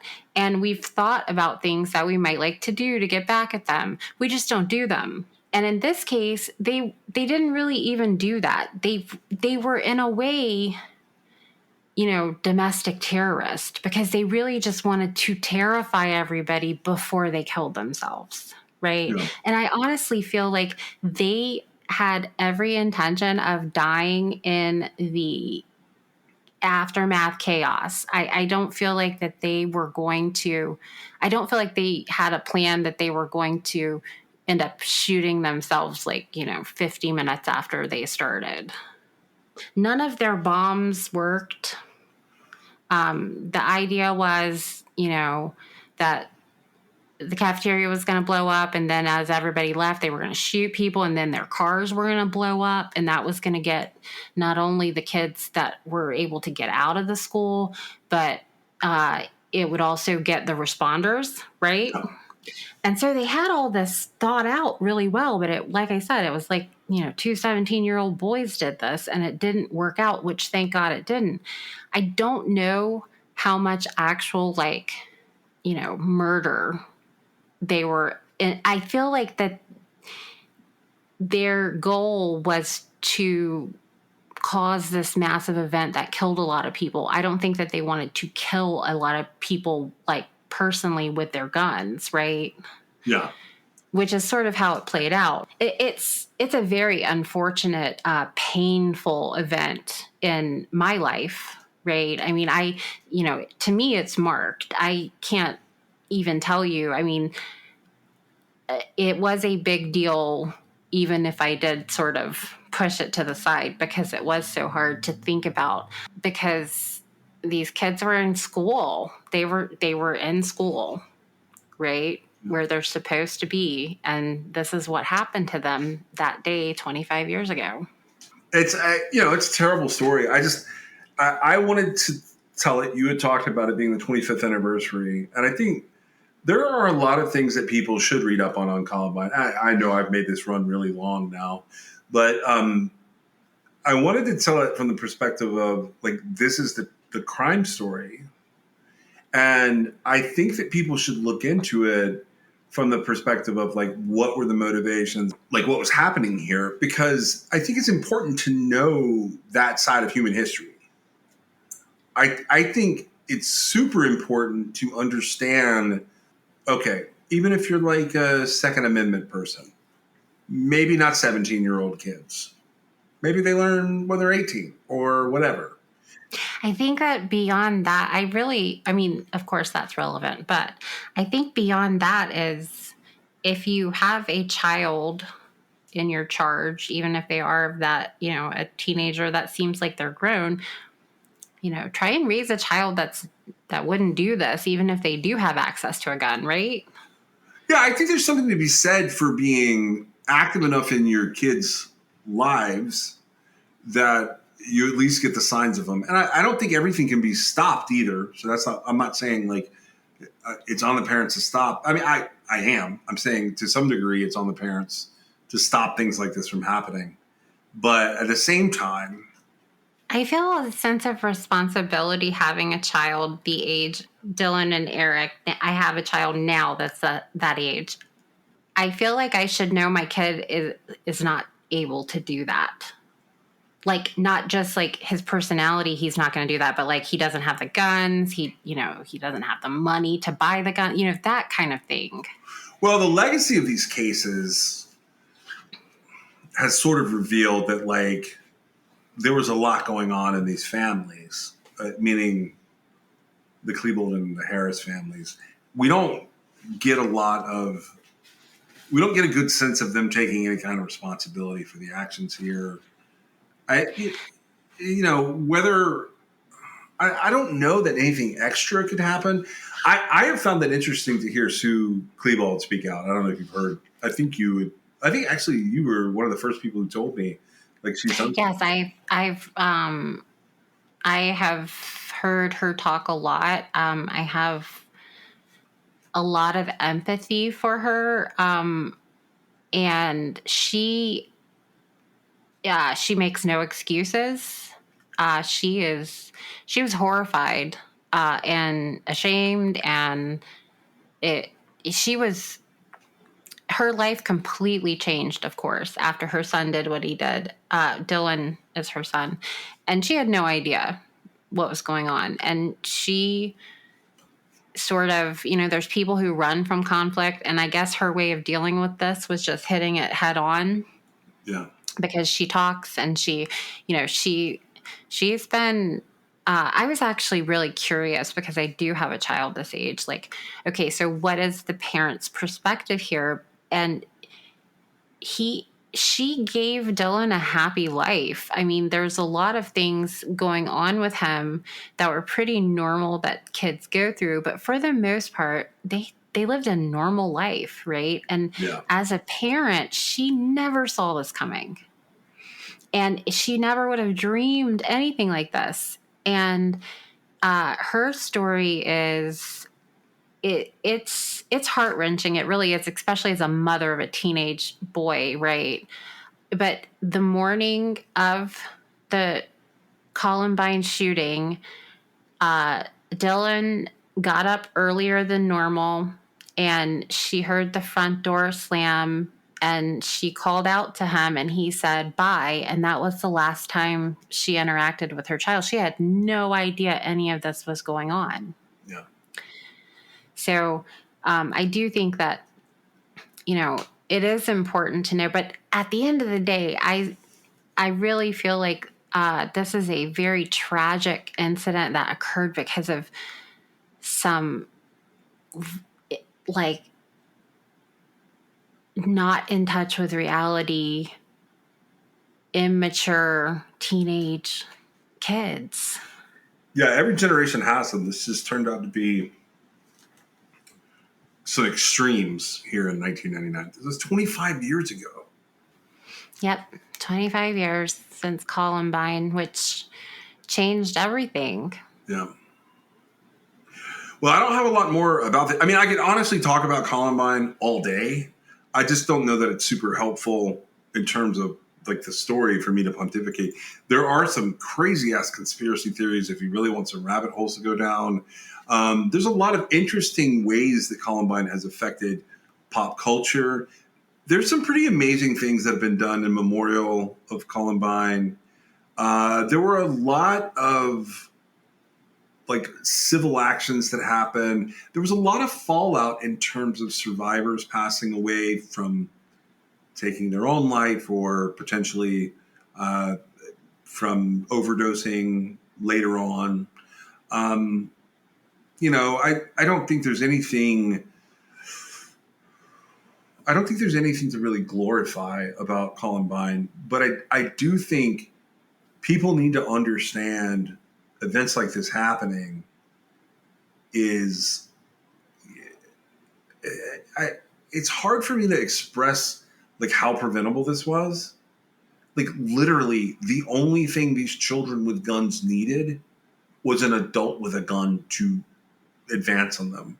And I'm not going to say anything about the cops who were involved early on, but there were 6 deputies there. Well, I also think, though, I think that, yes, at the time this was occurring, that could have put a stop to it. But at the same time, these were still kids, and like they shouldn't have had access to any sort of weapon that they were going to use that way. And I mean, they could have had guns as long as the parents knew that they weren't going to use them for that, right? That's I don't know how that would work with these kids. But I have a 19-year-old that when I yell, "What are you doing?" there is suddenly like a level of respect that happens from me asking the question, because I know at this point, it's 19 going on 20 years. I know when they're up to no good. Right. And see, I feel like I don't know. I mean, I think about myself at that age, and sure, I probably could have hid stuff, but I mean, I wasn't going to I was never doing anything like that. Right. Yeah. And so I have a hard time with where's the line, and like, I don't know. There's just so much happening there. And it does seem like even before the incident, yes, somebody armed in that situation could have stopped them. Clearly, they needed to be a little closer because nobody was hitting anything from that far away. But, they could have taken them out. But that's probably what they wanted. Also, though, just a couple of things going into it, like Eric Harris having his perspective changed. Yeah. To where he had a better understanding of everybody going through things and it not being just him, right? Yeah. You see what I'm saying? Oh, yeah. And that, because you see how early that starts and how, once you're shaped and formed into that person, all kinds of things can happen. And I really honestly believe everything I've looked into, I don't think either one of them would have done it on their own. And so anytime you have I don't know that their relationship was volatile, but it seemed like, and I don't really know, because all I know about these guys is sort of what led up to Columbine and what happened with Columbine. I don't know a whole lot other than that. But it seemed like they were each other's, partner in crime. And that's never a good thing, right? No, and not when you have this kind of floating attitude going on, no. I think that Eric and Dylan, and I wonder in the eyewitness accounts who was actually saying what. Some of it seems like it would have fit more on the other one, but I don't know. I wasn't there, and it really doesn't matter. But it seems like they really failed to take responsibility for breaking into that van. And not only did they fail to take responsibility for it, they blamed the system for the mark that put on their life. And that just makes me it's mind-blowing, right? It is. It really is. They knew, though, like that's the other weird thing about this. Have you ever seen some of the tapes of them talking? Yes. They predict that people will talk about this forever. They do. And in some ways, that makes me want to never say a word about it. Yeah, I thought about that. But then I go back and I realize, like, they were just kids. Yeah, they're just children. And, like, you know, you were talking about having a kid their age. I am struck by, like, how young kids now look to me. And I can't figure out if it's they've always looked this young, I just now look old, or if there was a point in time where, like, the distance is becoming so great that, like, they just get smaller and younger looking. Yeah, that's a whole weird thing for me because to me, because of the way I viewed the situation at the time in this case, they're always my age. Yeah. And there's no way I'm old enough to have a kid that age, except I do, right? Yeah. Well, that's all I got on Columbine today. This is our 25th anniversary of remembering Columbine. We're well over 2 hours at this point. You got anything else going on? No, that's it. Thank you so much for listening today. We'll see you next time.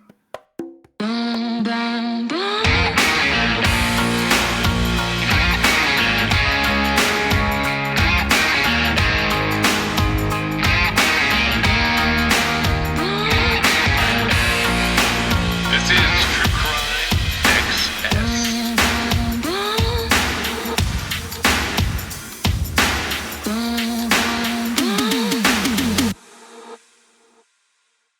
All right, so I'm going to tell you guys a few things about some of the folks who are helping sponsor our show. Now, Labrati Creations sponsors our show, and you can always use the Crime XS code there. You can also just message them at Labrati Creations, and they will generally do something for the people who come from True Crime XS. They were our very first sponsor. They've done a lot for the show, and that code is CrimeXS at LabratiCreations.com. The first new advertisers that we have, and I've selected all of these guys. I've selected all of these advertisers. So the very first one is Cure. Now, I'm going to tell you guys about this, about Cure as being one of our sponsors. If you're an athlete, you know that proper hydration is key to peak performance, but plain water can be boring and sports drinks can be filled with artificial ingredients and added sugars. That's why we love Cure. It's a clean and effective way to stay hydrated and perform at your best. I use it late in the day when I switch out of caffeine mode. Specifically, when I hit the pool or I go play tennis with my wife, I use Cure to help me stay hydrated. It helps me recover after a long day. Now, you guys may not know this, but I build things. And right now, I've been building several structures on our property out here. Among those is a new podcast studio space for myself. I do a lot of that work at night and into the wee hours. And I always have some Cure with me to go into my aluminum water bottle. Hydration is not just about filling up my aluminum bottle with water. Cure Hydration is an oral rehydration solution that contains the perfect balance of electrolytes and glucose to help your body absorb water and rehydrate quickly. Whether I'm building things or putting the podcast together or chasing these dogs that you sometimes hear in my studio up and down the trails to get them worn out, Cure Hydration is the way that I choose to go. Cure Hydration is an oral rehydration solution, or an ORS, that contains the perfect balance of electrolytes and glucose to help your body absorb water and to rehydrate quickly. The formula is made with all natural ingredients like coconut water powder and pink Himalayan salt. It's free from artificial flavors, from sweeteners, and preservatives.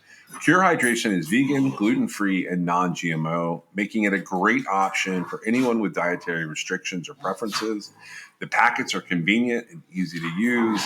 You just mix them with your water and you drink. They're perfect for on the go. They're perfect for travel. And anytime you need a quick and effective hydration boost, ready to combat dehydration, then you try Cure today and feel the difference for yourself. You can use code TrueCrimeXS for 20% off your order. That's TrueCrimeXS. I have a link that I'm putting in the most recent episode show notes, and True Crime XS will get you 20% off. Our second sponsor for the show today is Laird. Now, Laird has a list of things that they want me to tell you about. They have better ingredients with amazing taste and functional benefits. They have a superfood creamer crafted from the highest quality, all-natural, real food ingredients. All Laird products are sustainably sourced and thoroughly tested to ensure that you're incorporating the cleanest, finest fuel into your routine. They have all natural whole food ingredients, and they contain naturally occurring MCTs made from coconut oil. There's no artificial flavors, there's no colors or additives, and there's no sugar from highly refined corn syrup. They want me to talk about my love of coffee, but the truth is, I don't do much with coffee. But let me tell you someone who does. My wife has to have a cup of coffee every day. Now, I've fallen off recently, but one of the big things that I've done since the beginning of our relationship is she used to go and get a Starbucks every morning. I have substituted that out by always trying to make her coffee. It's not going to be every single day of time from when I met her, but for the most part, almost every day, I make her coffee. I put her creamers together and I make sure that she has a good way to start her day.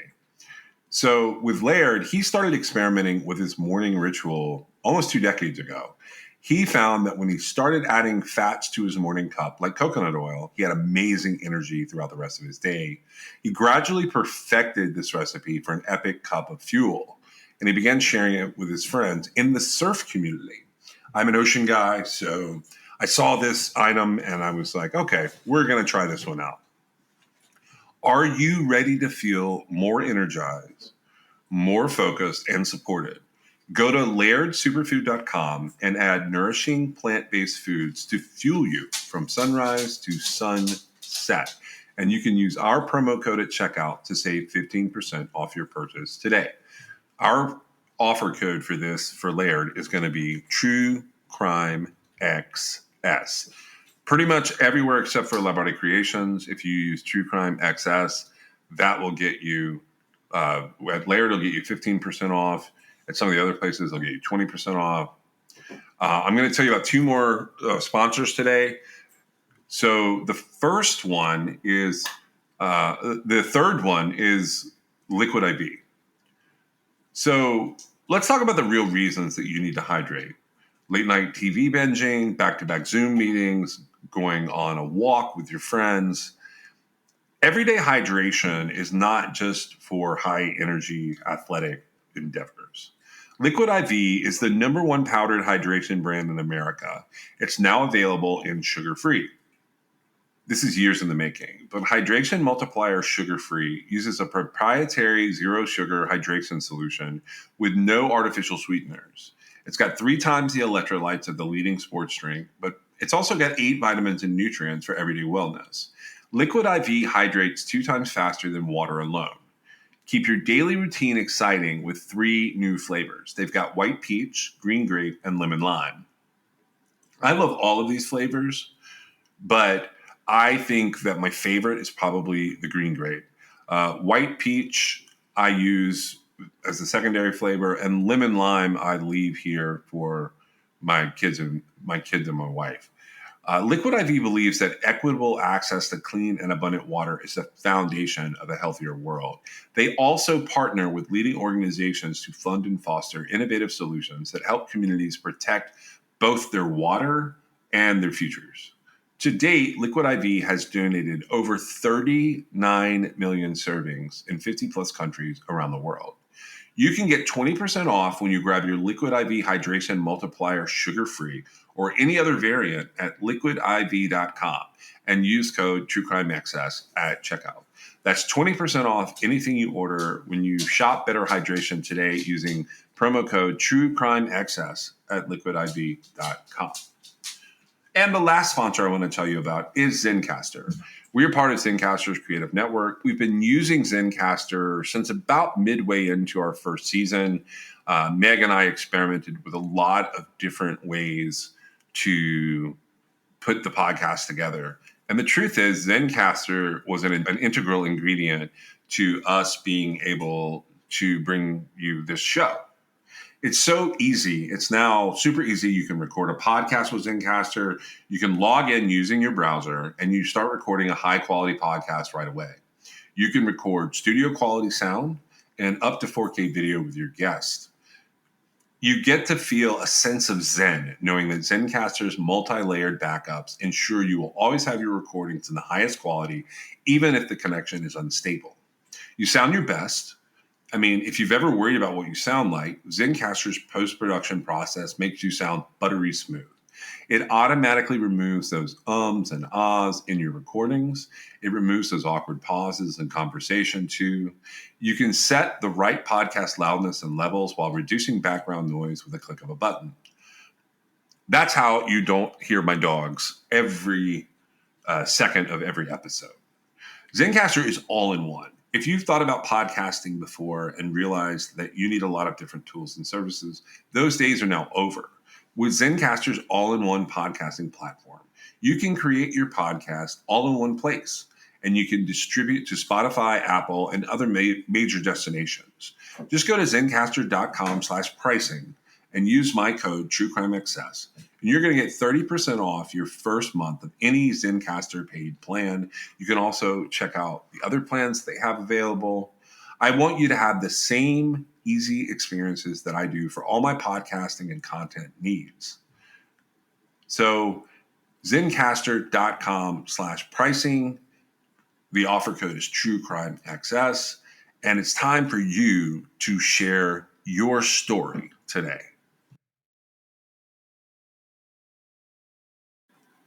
We are also adding New Era as a sponsor for the show. New Era Cap is a headwear and apparel brand founded in 1920 in Buffalo, New York. Now, I actually have some experience with New Era caps. My dad and I have been through multiple iterations of baseball caps through the years. We collect different styles, different eras, and now my teenager has started his own cap collection and has several New Eras as the centerpieces. Our favorite teams may not be the same, but our outfits are all topped with the same New Era ball caps. We love the quality and the ability to wear what the players are wearing. Not to mention, New Era is the leading headwear manufacturer with quality licensed products.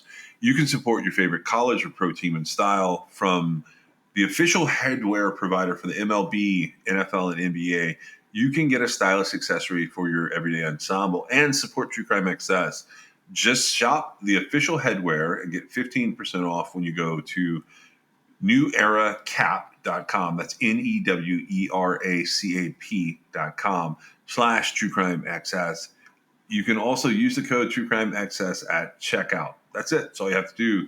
And that's 15% off your order using the promo code TrueCrimeXS.